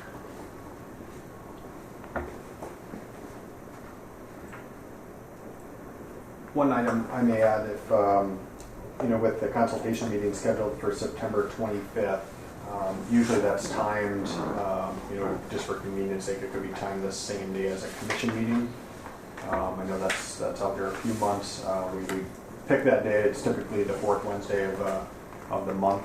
So if that would work for a commission meeting, then we could time both those meetings at the same time. Might require a little bit of commitment on your end. Not to say that we can't just proceed with the consultation meeting at that time if we need to change the commission meeting, but it might be an opportune time to combine both meetings. Makes sense. Yeah, and it was also scheduled in September because we were working backwards to provide a minimum of 30 days, maximum 40 days notice for the airline of that consultation meeting, so they have the opportunity to either comment or attend if they have any questions or concerns on the projects that are put on that application. So And Jackie, this is based on the $4.50 collection rate that's in effect right now. Yes, so in order to collect that, you have to have a PFD application active to make sure that that collection is going towards PFD eligible projects. The PFD is to reimburse the local share of local costs for AIP eligible projects. So that's why where the bonds come into effect, if state bonds are used, like were used for the terminal, then those bonds are used for the local share, so in order to not double collect, the PFD only goes towards what your local share, the local municipality paid for. Now the Congress and everyone has the commissioners at least all have this in front of them, and the Congress is, I guess I'll use the term flirting with passing something to increase the amount of the rate that it can be collected, and I don't know what that might be. At $4.50 now, maybe it would go up to $6 or $7 or $8. It hasn't been raised in about 19 years, something like that. Are there proposals? Anybody talking, raising the rate? Well, there is a couple of bipartisan movements out there. If you look at the second page of that handout, and sorry you don't have this, Jackie, but Representative Blumenauer from Oregon and Representative Massey from Kentucky introduced to eliminate the federal cap. Now, the airlines are strongly opposed to increasing that amount. And just to be sure that everybody understands, this is $4.50 is collected from each passenger as they buy a ticket to get on the airline. So the passenger facility charge, but the large airports are really pushing this very strongly. And in fact, I think there's even, if you read in here, they are looking to not take money out of the airport improvement fund if they can increase, because when you load 37 million passengers at $4.50, I mean that's real money, and so they would rather have that than to have the every year than to have the airport improvement funds and the work that goes into all of that. So where that will go, I don't know. And the question would be for the airport commissioners is, do we want to send anything to our Congressman Pete Stauber about this? And I think that's the real question for us. And I don't know. We would gain something if it was an increase, but it's certainly nothing like what the big airports, the Dallas, Fort Worth, or the San Francisco's, or those. Right. We're not in that category at all. So I don't know if we want to. And I guess I'm looking at you, Commissioner Pavlik, because you know better than anyone when you expend political capital. Mm-hmm. There's only so many things you can ask from a congressman or a representative, and so do we want to spend any of our political capital pushing for this? I would say no. Okay, all right. I know that the at Minneapolis St. Paul, Mitch Killian represents MSP, and that they would like to have it. Brian would like to have it for MSP. Mm-hmm. I think we can wait and see where this goes here and revisit it in the next month or two also. So, and informally we can see what Congressman Stauber is. Yep. Yeah, we don't have to take a formal position. So back to Jackie. Everyone's heard the update there, and that we would be looking to have a further discussion on September the 25th and that this would be our present PFC collection would be amended to give us another 14 years of collections. If I heard you Yes, correctly? and if any bond funds were collected, that time frame would be used. The estimated the time frame that was estimated is based on the average collection to date. So they're averaging about 6,700 a month in PFC collections. So just that average rate was applied. So if you collect more or less, the time frame will change. If you get any state bond funds, that time would be reduced. All right, that looks very good. Just a question. Sure, question by Commissioner Nevin. How long does it typically take once the application's in place and we put in a request for those? How long does it take for the funds to come back? Well, they come back as they're collected. Kyra, you know, she manages the airport collections on that. But at the end of the month, the airlines provide their employment numbers, and associated with each employment is the 450. So I believe at the end of the month or so, Kyra can, since she deals directly with the finances for that, she could answer that better. It depends on employments It does. and then 30 days beyond that? people flying I mean, Yes. into here also. Do we collect do we get the second step? Is that how that works? Jackie, can you explain that? I didn't hear the question. Say that again. Well, it's on. You get the initial passenger charge from here, but then isn't there a second one that's paid in also? So it actually amounts to about $9 on your ticket. Because It does mandatory direct, so it's from each originating destination. So wherever the other airport is they're going to, they get the other end of that. So if I someone mean, they're collecting PFCs. Yeah, so if someone flew out of International Falls, they paid for a PFC here and in Minneapolis. Correct, because that's the flight. Yes, okay. So I'm thinking Rick owes us money. Well, we can tell them that. I'll call him today. Okay. All right. Well, thank you, Jackie. Okay, and I do want to note, I will help put together the website content for the public notice and our newspaper, depending how you like to move forward. But that, I believe Susan helped me with that last time, getting it up on the website. So I'll help put that together, but I'll need some either Kyra or somebody else who helps manage the website to get that out for public comment. Kyra knows how to do that. So. She's shaking her It's head. always all about Kyra because it has to be. All right. Thank you. You're welcome. I'm going to sign off unless there's any other questions. No, thank you, Jackie. No, thank you. All right, have a good day. Thanks, Jackie. Further on the engineer's report. I think we're nearing the end. We don't have any project or team meetings with the FAA scheduled at this time. I'm sensing one in the future here as we started getting into the weather balloon facility discussion.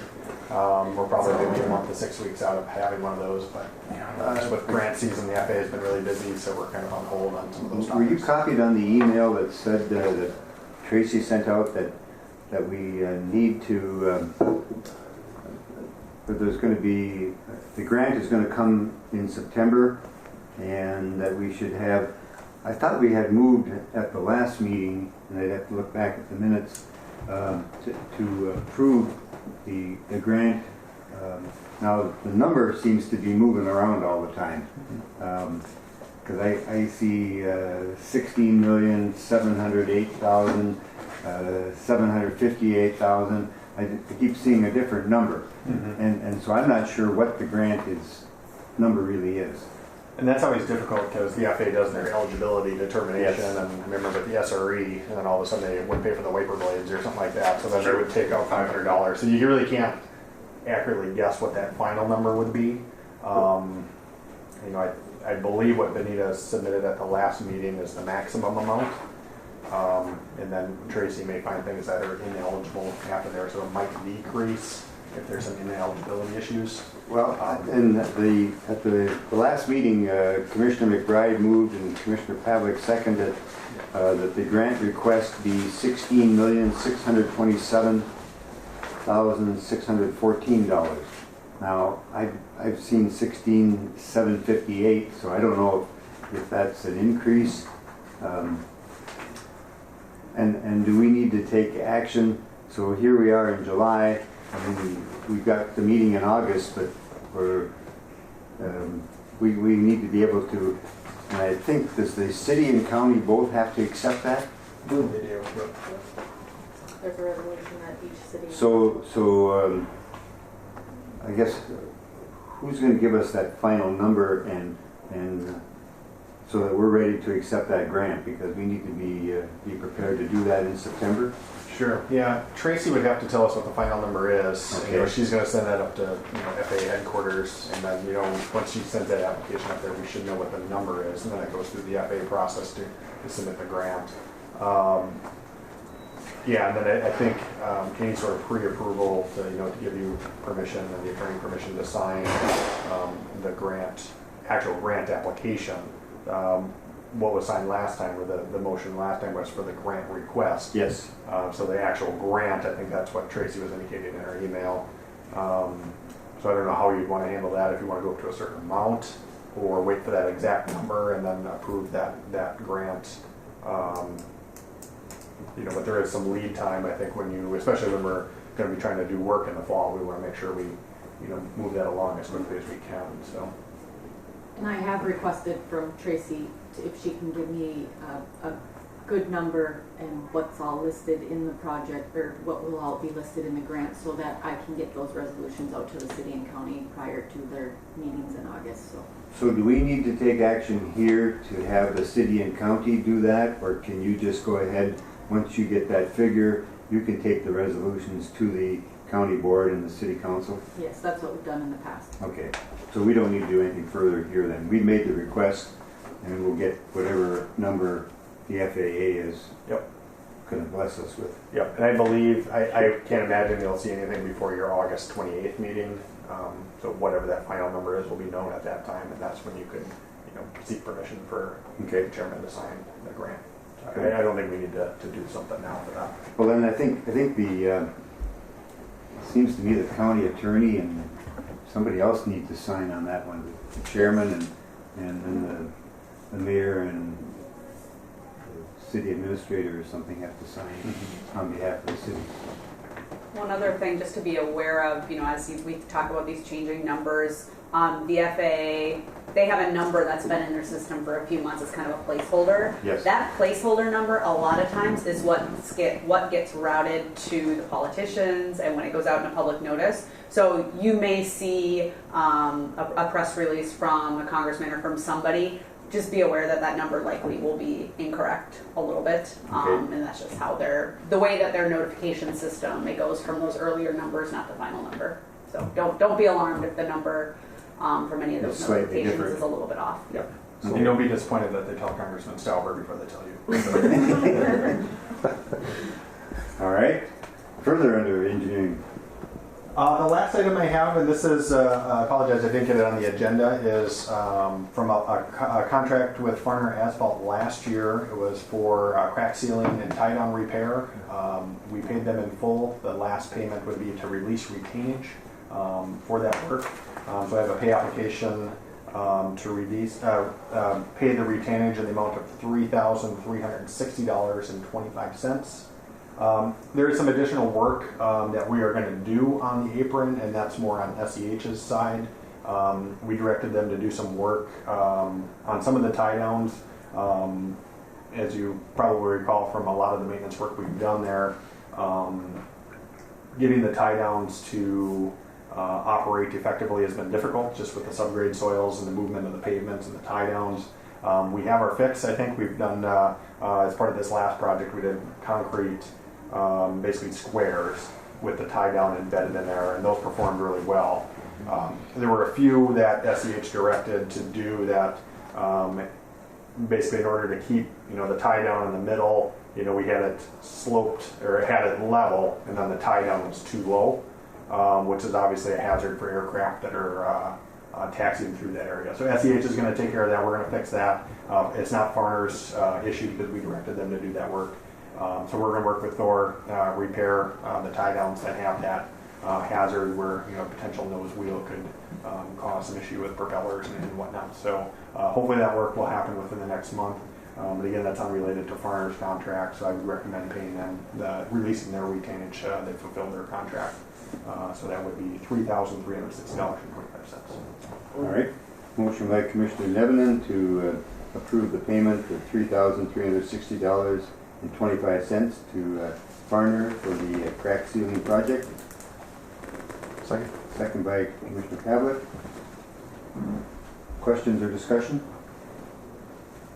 All those in favor of the motion to approve the payment of $3,360.25 signify by saying aye. Aye. Aye. Those opposed? Motion is carried. Payment will be made. Thank you. Thank you. That's the end of the list for me. I don't know if anybody else has any. Well, just get the blacktop down. Yep. Get the paint on. Yeah, hopefully in a couple weeks we'll have everything opened up. So. All right. Thank you. Thank you, guys. Good work. Thank you. It's too nice to be working, actually. It's a beautiful day out there. All right. I don't know that we're ready to talk any further about parking lot signage yet.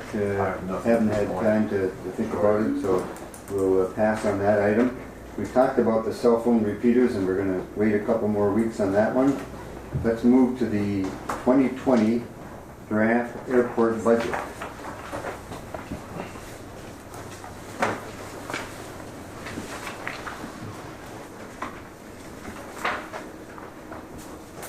Kyra, do you want to kind of lead us through here and Kyra. page by page what you have experienced?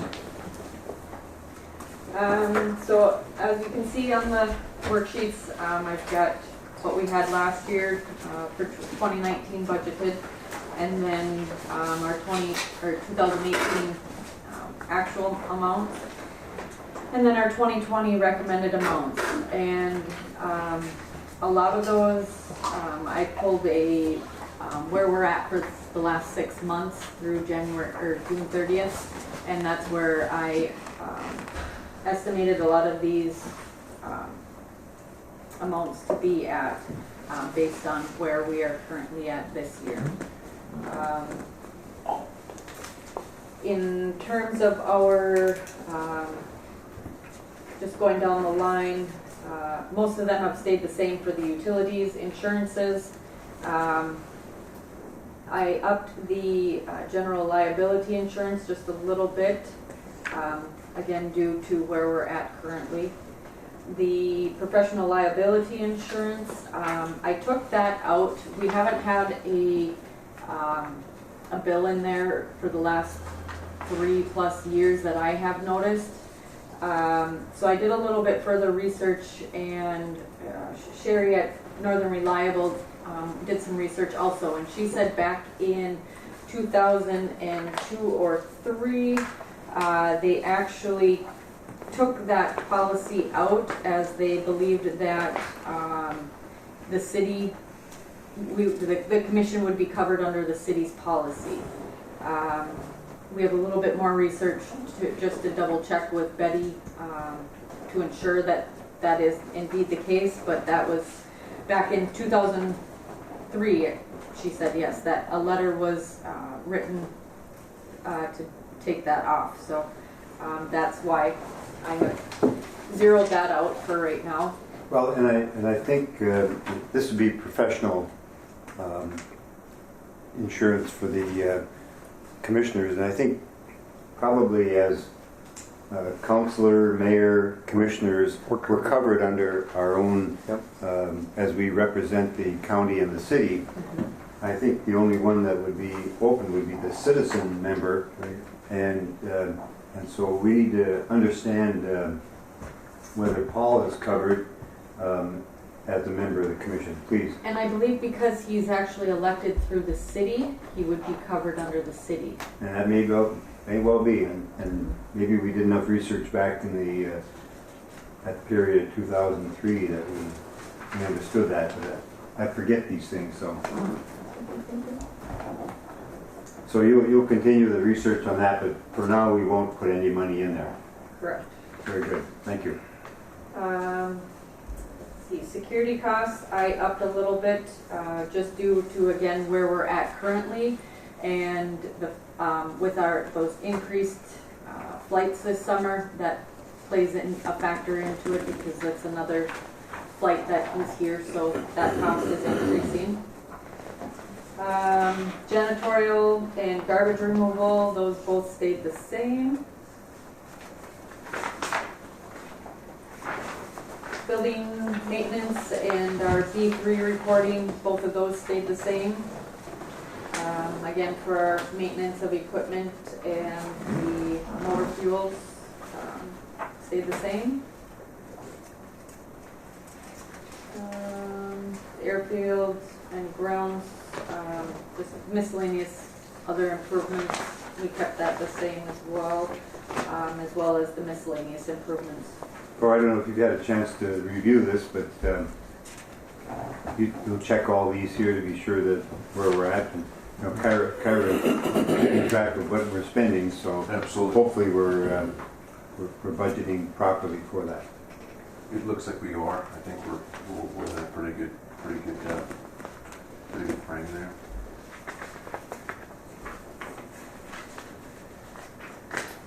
Cleaning supplies and general supplies, we don't have a whole lot of, so I did keep the same amount in there as last year.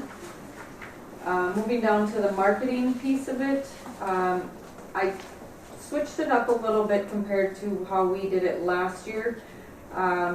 In looking at it, and when we were in our financial meeting with Jenny and Ken, there was some confusion as how the part of the budget was laid out, because it didn't show any marketing revenue coming into the budget. So how I did this is, you'll see last year we recommended 15,000, which in turn really, I wouldn't say it wasn't accurate, but that's what we had budgeted as a local share.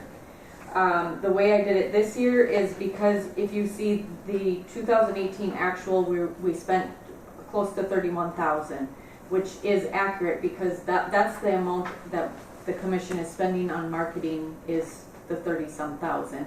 And our grant agreement goes up to 32,454.87.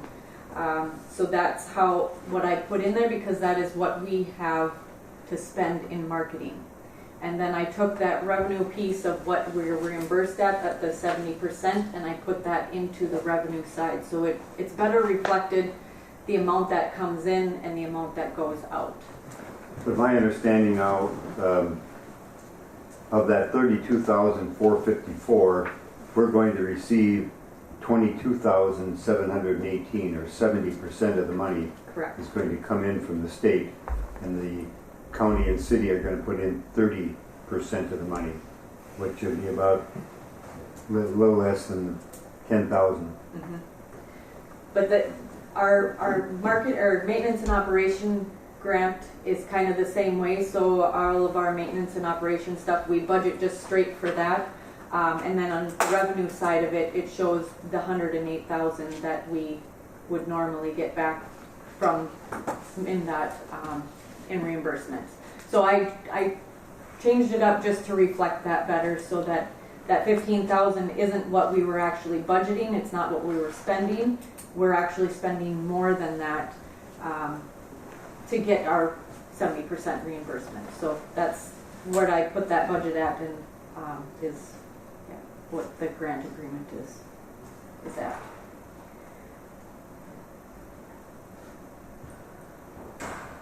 Then moving on to the communication piece of it, Mid-Continent, I upped just slightly over last year, again based on where we're at so far for this year, and as well as the networking support. And then the CBP annual cost, I left that the same. You'll see we're below what we had budgeted for last year. I don't, that budget piece was set by CBP and the amount, so I'm just gonna keep that in there because I don't know what's coming ahead, so.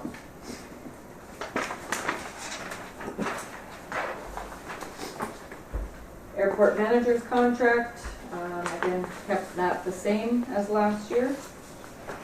Thor, I don't know if you have anything to relay on that piece of it. No, I wasn't asked for a 50% increase, but then I thought that was good. So, thank you. Okay. I have a question. Airport security. Yeah, part of the 139 inspection for all the fences and working with TSA. So Oh, we're out okay. there, yeah. We overlap TSA for Okay. the perimeter. This is like 18 on the bottom, right? Sorry? 18 or 17? 2000. 17? Oh, Bottom, I total. did change that. It should be 18, Thank you. right? It should be 18. Yep, There you thank you. Remember the years we had to budget for burrowing deer, fence line, remember?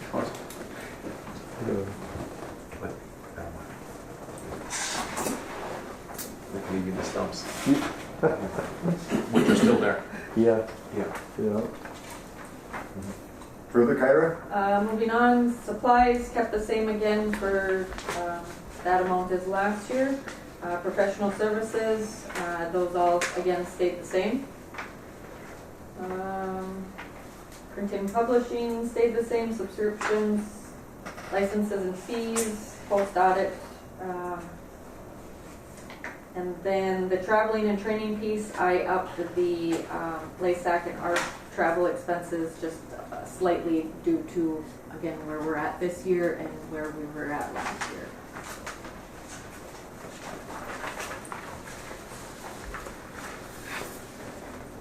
Then the fun part of our federally eligible capital expenditures. I have to thank Sean for this and putting together the report. So made it a lot easier for me to break down these expenditures. So if you look at our total project costs for 2019, so that total expenditure is 16,758,643.61. The local share, at this point, we do not know what the state share is going to be. It could be 2.5% or it could be capped at 200,000. So I have it broken out two different ways. On this page here, you'll see it is at the 5% local share. That's without any state participation. And that would be the 837,932.18. If you go to the last page, page 9, at the very bottom, you can see I have that broken out again, the total local share, and then the city-county share, which would be half of that total share. But then I have it broken out as if there's only a $200,000 cap, that amount would be the $318,966.09. So it's really a guessing game at this point until we get that grant agreement and know exactly what the state's going to allow. But it gives us a rough estimate of our high, low number at least. So maybe going back to operations, on page 5, do we have a total? I guess that's not going to work, is it? Just trying to get where we're at, because generally every year we budget 100,000 to match the 1 million that we're eligible for under the airport improvement program. And so That 100,000 is shown with our equipment repair and maintenance on page 2. on page 2, okay, That's where that 100,000 comes into play. all right. we could apply that 100,000 to the 418 on page 9 in the blue, or the 318. We could apply that 100,000, 50,000 for each in there. Potentially, as long as there's no other Projects. equipment. Yeah, I don't know if there's other projects that we'll be doing. I don't know what, we'd almost need to take a look at our 5-year plan and see if there's anything else that we're purchasing. There was one question on there that I had, which we had on the budget last year for an SRE pickup of 50,000. Did we do a new pickup this year? Under the No. capital We improvement did the program? room and all that last year. Correct. So I wasn't sure, I left it on there, but I wasn't certain because I didn't recall any conversations about Yep. an actual pickup. So, Yep, not required at this time. okay, so we could take that off of. Correct. Okay. Are we doing any capital improvements or equipment purchases in 2020? We are not. Yeah, that wouldn't be in 2020, but And so, We banked up until 24, 23. so maybe Because that should be. There was a discussion about an ARP truck, and we made the proper decision not to. We purchased the broom now because we're right processing. Yep. Yes, the next purchase of any significance on the equipment side at this point will be a new fire truck. That's 24 minimum. And that's because all the priority is going to your payments before Yes. they'll fund the Yeah. our vehicle. The neater was there. We kind of put that together. so we should be able to take that 100,000 and apply it to the city-county share for the runway taxiway reconstruction.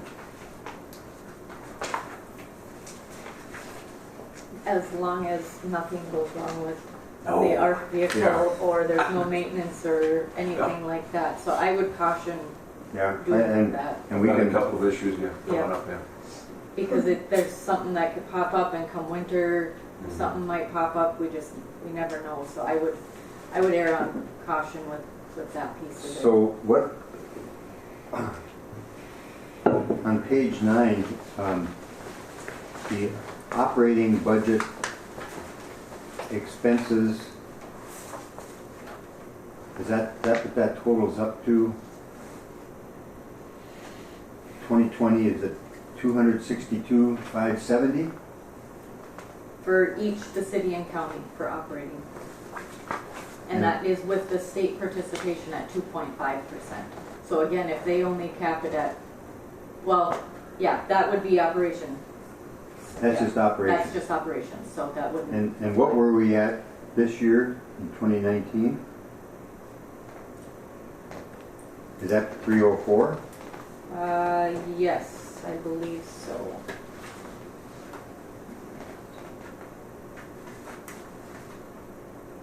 Yes. So it's a reduction in operating expenses, but it will be a significant increase if we don't get bonding money that the city and county have to come up with, and that's the 418,966 as our share of the runway taxiway. Yes, the capital expenses will be increased, or it will depend on bonding.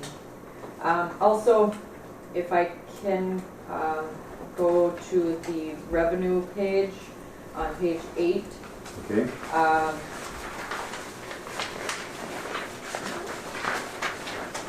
Most of the revenues stayed the same. Our state maintenance operations increased just slightly due to our new grant. The passenger facility charges, in looking at that, I don't think it's accurately reflected again. It's what this is just the process we've always had. However, the passenger facility charges we cannot use for operating expenses. Right. So to better reflect that 75,000 should actually come out of the budget, Yes. because that 75,000 is already being allocated towards the terminal project. Yep. So there's another sheet in there, just a single sheet, which breaks down again what those amounts would look like for a more accurate budget. By removing those PFCs, the operating budget expenses would go up to 300,000 per the city and county.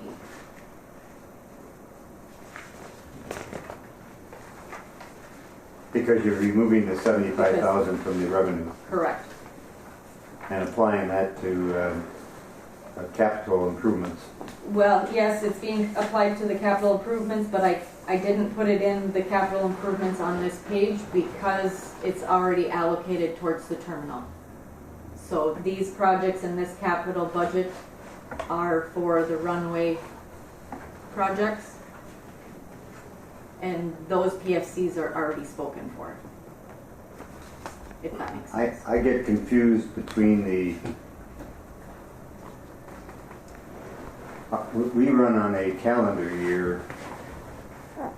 The state runs on a July 1st through June 30th year, and the federal government runs on an October 1st through September 30th year. Everybody's got their own fiscal year, and I get confused as to where it should be applied and who should get credit or not get credit. So we got to do some more thinking about that one. But I agree with you. So right now under operations, what you show on this separate sheet is that we'll have a slight decrease in operating budget. 1% decrease, is that what? Correct, over last year. Over last year. So we're virtually staying the same. But the capital budget is the city and county need to be prepared to deal with. And again, our operating budget may be a little bit on the higher side just because we're still in construction mode and figuring out those utility costs and a lot of that sort of stuff. I don't see this next year, hopefully they'll start stabilizing out, but some of them are higher with the higher energy and just different things with construction for 2018 and 19. And so hopefully, with 2021's budget, we'll have a better feel of the operations piece of things. Oh, we got a much larger terminal to deal with. We should see some efficiencies in lighting and heat and so forth, but it may just come out about the same. And it could. The other thing I would mention is back on that 100,000 that we budget every year for matching the 1 million. We probably need to just hold on to that because we may see some expenses coming from the change orders on phase 1 and phase 2 yet. I'm hoping that Steve and Bob are able to twist Tracy's arm plenty hard and get all the money out of it that we can. But there could be some change orders that we have to pay for. And that reminds me also, we have that CBP equipment. That's right. I don't have that in here. That's right. Yes. So that we'll have to look at where we're at for budget last year. I've only gotten one small bill. Well, let's see, that's going to have to be replaced every few years, isn't it? Yes, it will. So we're going to have to start adding that into the budget somehow. And I don't know if we do it, well, to do it a little bit each year. I don't know if that works out, or I'll have to talk with Jenny and Ken to see how they would best like that represented.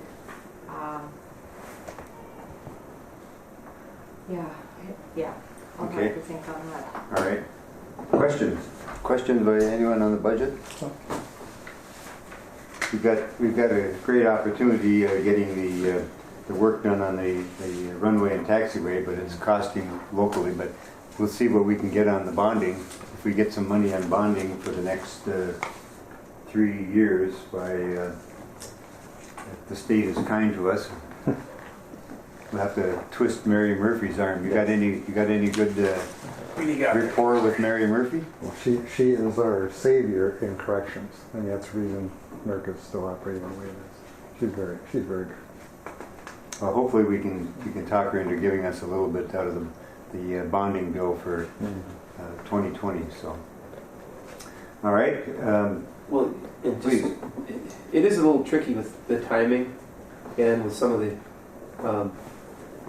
specifics that Carrie mentioned, but I think it helps, it reflects more accurately kind of our process. And just kudos to Kyra. She worked really hard on this to try to, it's complicated to try to break it down, and thanks to the SEH folks, Sean, and their work to help with the timing and where the money's coming from. But I think it's an improvement in the process, and well done. Good. Further questions then with regard to the budget? If not, we'll move to the manager's report. Thor. You bet. As discussing budgets and equipment costs, recently we had we performed the required pump test on our fire truck. During that testing, we discovered that we had a leak in the air actuator for the pump actuator. So thankfully, the pump test passed 100%. We got the parts in for the pump actuating valve. A couple of mix-ups there, but the parts ended up actually at Napa in a place called Grand Rapids, where we manipulated some people and we got the parts up yesterday. So we're back operating 100%. The good news is the truck was not down for any period of time in the past, to the credit of Adam's fire team, that they augment us in case we have maintenance of the fire truck. So there'll be some expenses coming down the line for that. I'd be honest with you, I don't know what that's going to be. On that level, our loader, we've got to be close to the 20-year mark, and I'm not sure, I'm embarrassed to remember, but basically the tires on the loader are because we're during snow removal, we're quote unquote a lot of traction loss, they're worn down quite significantly. I have not talked with Teddy on the city side, but I believe they've replaced some tires to a newer, better, stronger, faster snow tire, and I think the city boys significantly appreciate the traction improvements. So I'm just trying to research on that tomorrow and talk with Ted and see where we need to go with that. Those are simple fixes. Electrical bill, Carol, where are we at with that on the issues? Before I forgot about that, but it just came to my mind.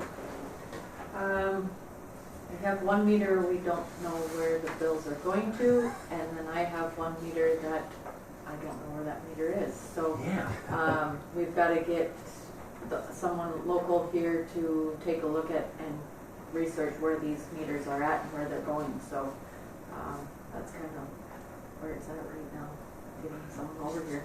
And so for regarding Anderson Flying Service, we need to get that issue resolved first, correct? Before we and then we can go back do to the billing piece. The billing piece, and okay, just remind us, okay? Yeah, just to be clear, Because we got to change. We do. you were getting billed for Airport. Yes. Right, And we were getting billed for you had you. the wrong meter on. Correct. And So the problem with that is, Go ahead. Yeah. We get a $15,000 summer bonus. We get a reward. We didn't know anything. Yeah, but I think it's about 15,000 somewhere. I guess so. Okay. And I have full confidence. I actually forgot about it at this point. So, as everyone in the room knows, we had a significant storm last week. Damage around the county in the area. Thankfully, no damage on the airport. No significant winds or hail damage, which is we're very thankful for that. A couple of islands in the North Arm got Unbelievable. Yeah, totally. Did you see it? I have not yet. I haven't had a chance, but I'm going to go. Yeah. So, basically, up the Canoe Channel, right? The route was the western side of the big lake north of the causeway, and utter destruction in areas, like utter, complete. Close to that railroad crossing, and when you go up that inside channel. So right in there. So it's real close to ours, and we haven't been up there to check on it yet. Interesting. We have customers, the Haas family from Chicago Construction. They were inside the cabin when the cabin blew off the foundation and the trees landed on the roof. That gets your attention. Unbelievable. Yeah, so I know nobody got hurt, no injuries, so that's really great. But yeah, we've had some customers with some minor damage on his roof and what have you. But yeah, that was pretty interesting. Did you check yours yet? I did not. I sent Petey Bionich over there. And Okay. I think we have a couple of trees down in the narrow part of the island, so thankfully. But actually, let me rephrase that. Unfortunately, it didn't take the cabin. We're planning on building a new cabin. It would have been just perfect. Yeah. So anyway, didn't work out. That's fine. Okay. No damage to yours though. We don't know yet. Oh, we have it in there, okay. We gotta get up there. Through that event, a local aircraft owner he had his aircraft tied up on shore, and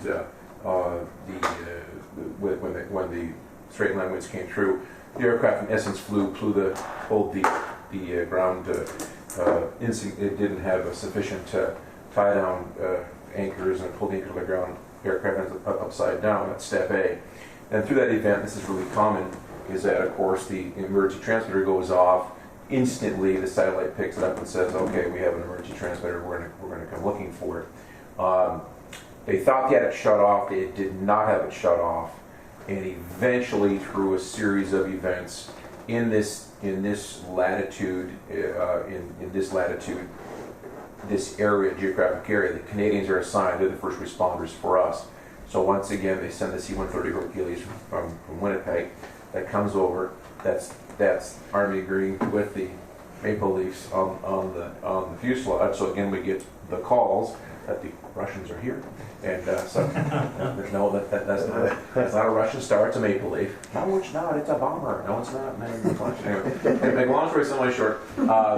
Even though by the time, this is very interesting, by the time the aircraft departed Manitoba, they had already removed the battery VR direction out of the aircraft. But policy is they continue with the search. So, and then through dialogue and discussion on the radio, verifying, you guys know we do the check. Yeah, we're good. We're doing the practicing. We're exercising. Okay, great, wonderful. So you get a lot of phone calls. It's no big deal. It's interesting. So again, thankful nobody got hurt, no injuries, just a bunch of metal, They used to do parachute jumps out of C-130. Yeah. For a living. Fun. Those people. Yeah. So, yeah. Other than that, no. Projects is coming along well, and always some setbacks, but always there. And can't emphasize enough as the SEH team. And again, I know this embarrasses Kyra, but I only do it every meeting. I just can't emphasize enough how important she is to the organization, because I know that I couldn't do it without her. Very good. So summer traffic is down a little. Down a little bit, not bad. Because of the runway. But they're justifiably concerned about the approaches. Have we missed any of the commercial flights at all because of the construction? No. Okay. No. There's been issues with weight limitations, and just frankly, the aircraft has arrived. The airline hasn't done their math correctly and realized after they put X amount of fuel, X amount of bags, X amount of people on board, all of a sudden they realize, the runway is shorter than we thought it was. I know that sounds comical, it's not, but I mean, it's the truth. Okay. So then they've bumped some folks and bumped some bags. We finally got that plugged in, and now they're being very careful to be sure they're not putting on too much fuel in the aircraft and or bags to bumping people. In the big picture on that, it's been really, really a minimal impact. That's only happened a couple of times. Last week we had a CRJ that had a major mechanical malfunction here, could not depart.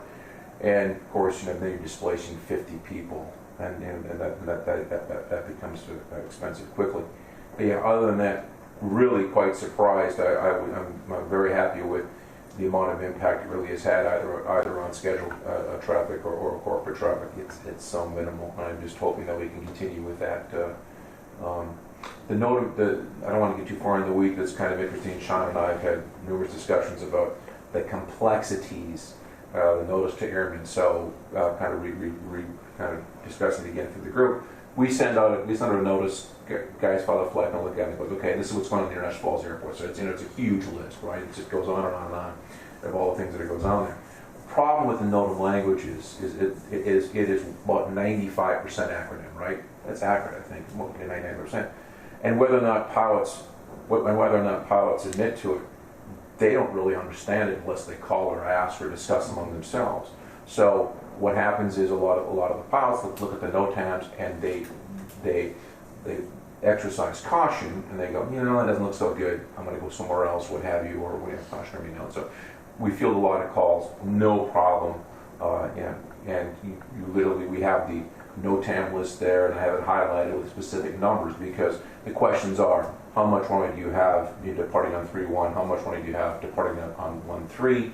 What approaches, etc. So we just have a real simple list there highlighted, and so my staff can look at it and go, okay, here are the numbers, and oh, it makes sense. So yeah, but yeah, other than that, we're making headway. Keeping the airport open. Yes, Great. absolutely. Thank you. Thank you. Questions for Thor? Thank you again. Thank you. Kyra, Secretary's report. Employments in the packet, you'll see up significantly over last month, over last month and last year, up 254 again over last year. So that's huge. Maybe it had something to do with that additional flight that they added, but I just keep hearing every single plane is packed full. So that's good. In terms of marketing, Nikki at the Journal asked if the commission would like to advertise for the upcoming Sun Country flight again. We did this for last year's September flight. We ran it twice in the newspaper, which had a total cost of $324. And Nikki said it would be similar to that cost this year. The next Sun Country flight is scheduled for September 2nd through the 6th. She said if the commission wanted to try the online digital ad, that would run for 7 days and would link to our website or Facebook page also, and the cost of that would be $238. Do we have room in the budget for Yes, we do. for both of those? Or Yes, there should be room in the budget for that. okay, what's the commission's pleasure then with the Sun Country flight advertising? Is there a possibility it could be sold out already? When I looked, it wasn't sold out quite yet. This one's usually a tougher one to fill. Okay. Because I'm just wondering, I know they fill fast, and if they're already filled out, what do we advertise for? Yeah, no, that's a good question. I haven't, when I looked the other day, it was still available. We may even want to consider doing some radio ads again, like last time too, on B93, and we can change up our KGHS advertisements again to reflect that flight to help fill it. So. And or if I could, Mr. Chair, at least, Canadians are such a big part of those flights. And so if we're going to advertise, rather than just the local paper, I'm just wondering how we should get something into the Canadian side, radio media. Yeah, 93.5. Yeah. And we do the, I'm drawing a blank on the one, but it covers all of that Northwest Ontario. Yes. Yeah. Yep. I'm drawing a blank on the radio station at the moment. Yeah, I know one too. We've worked with them several times to place ads. So, where do they fly to? Laughlin. Nevada.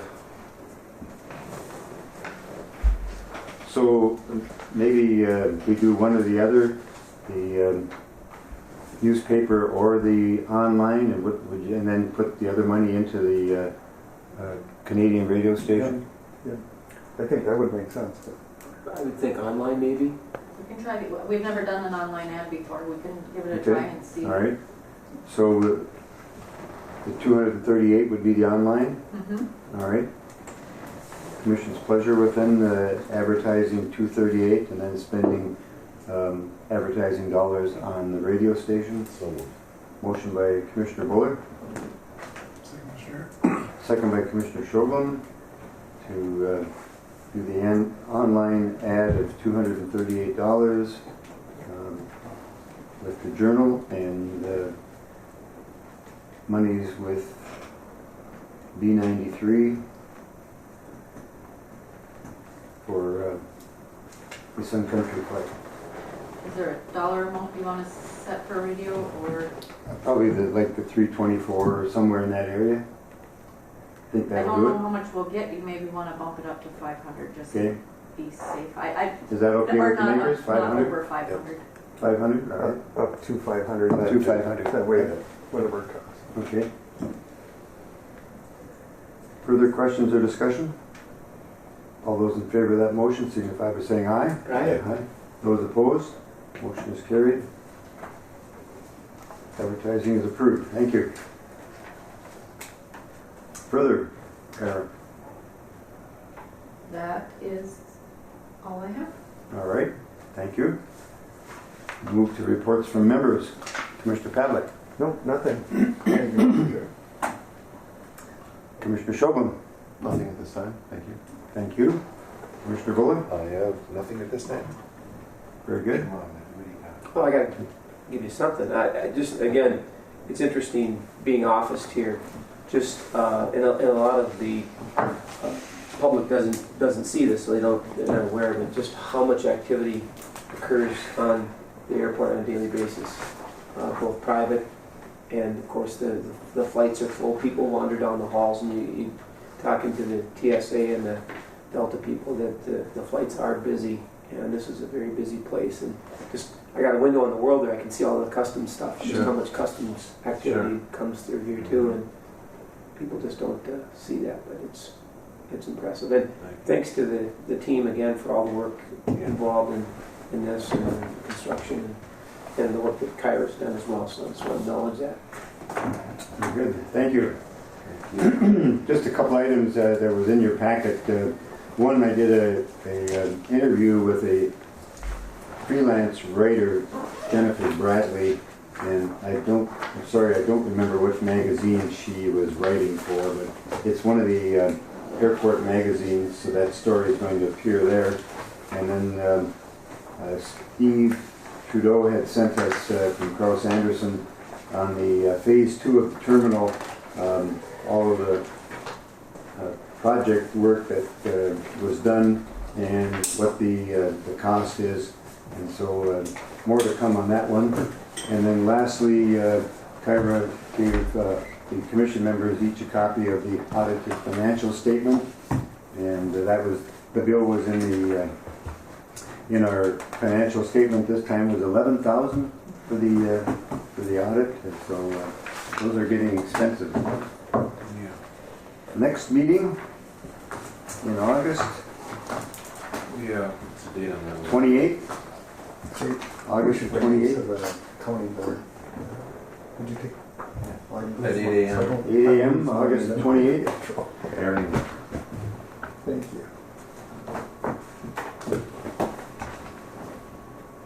That's just before, it's a week before the Labor Day weekend. So if everyone's okay with that, we'll have the meeting on the 28th at 8 a.m. here. Anything further to come before the commission? Hearing none, we'll stand adjourned. Thank you.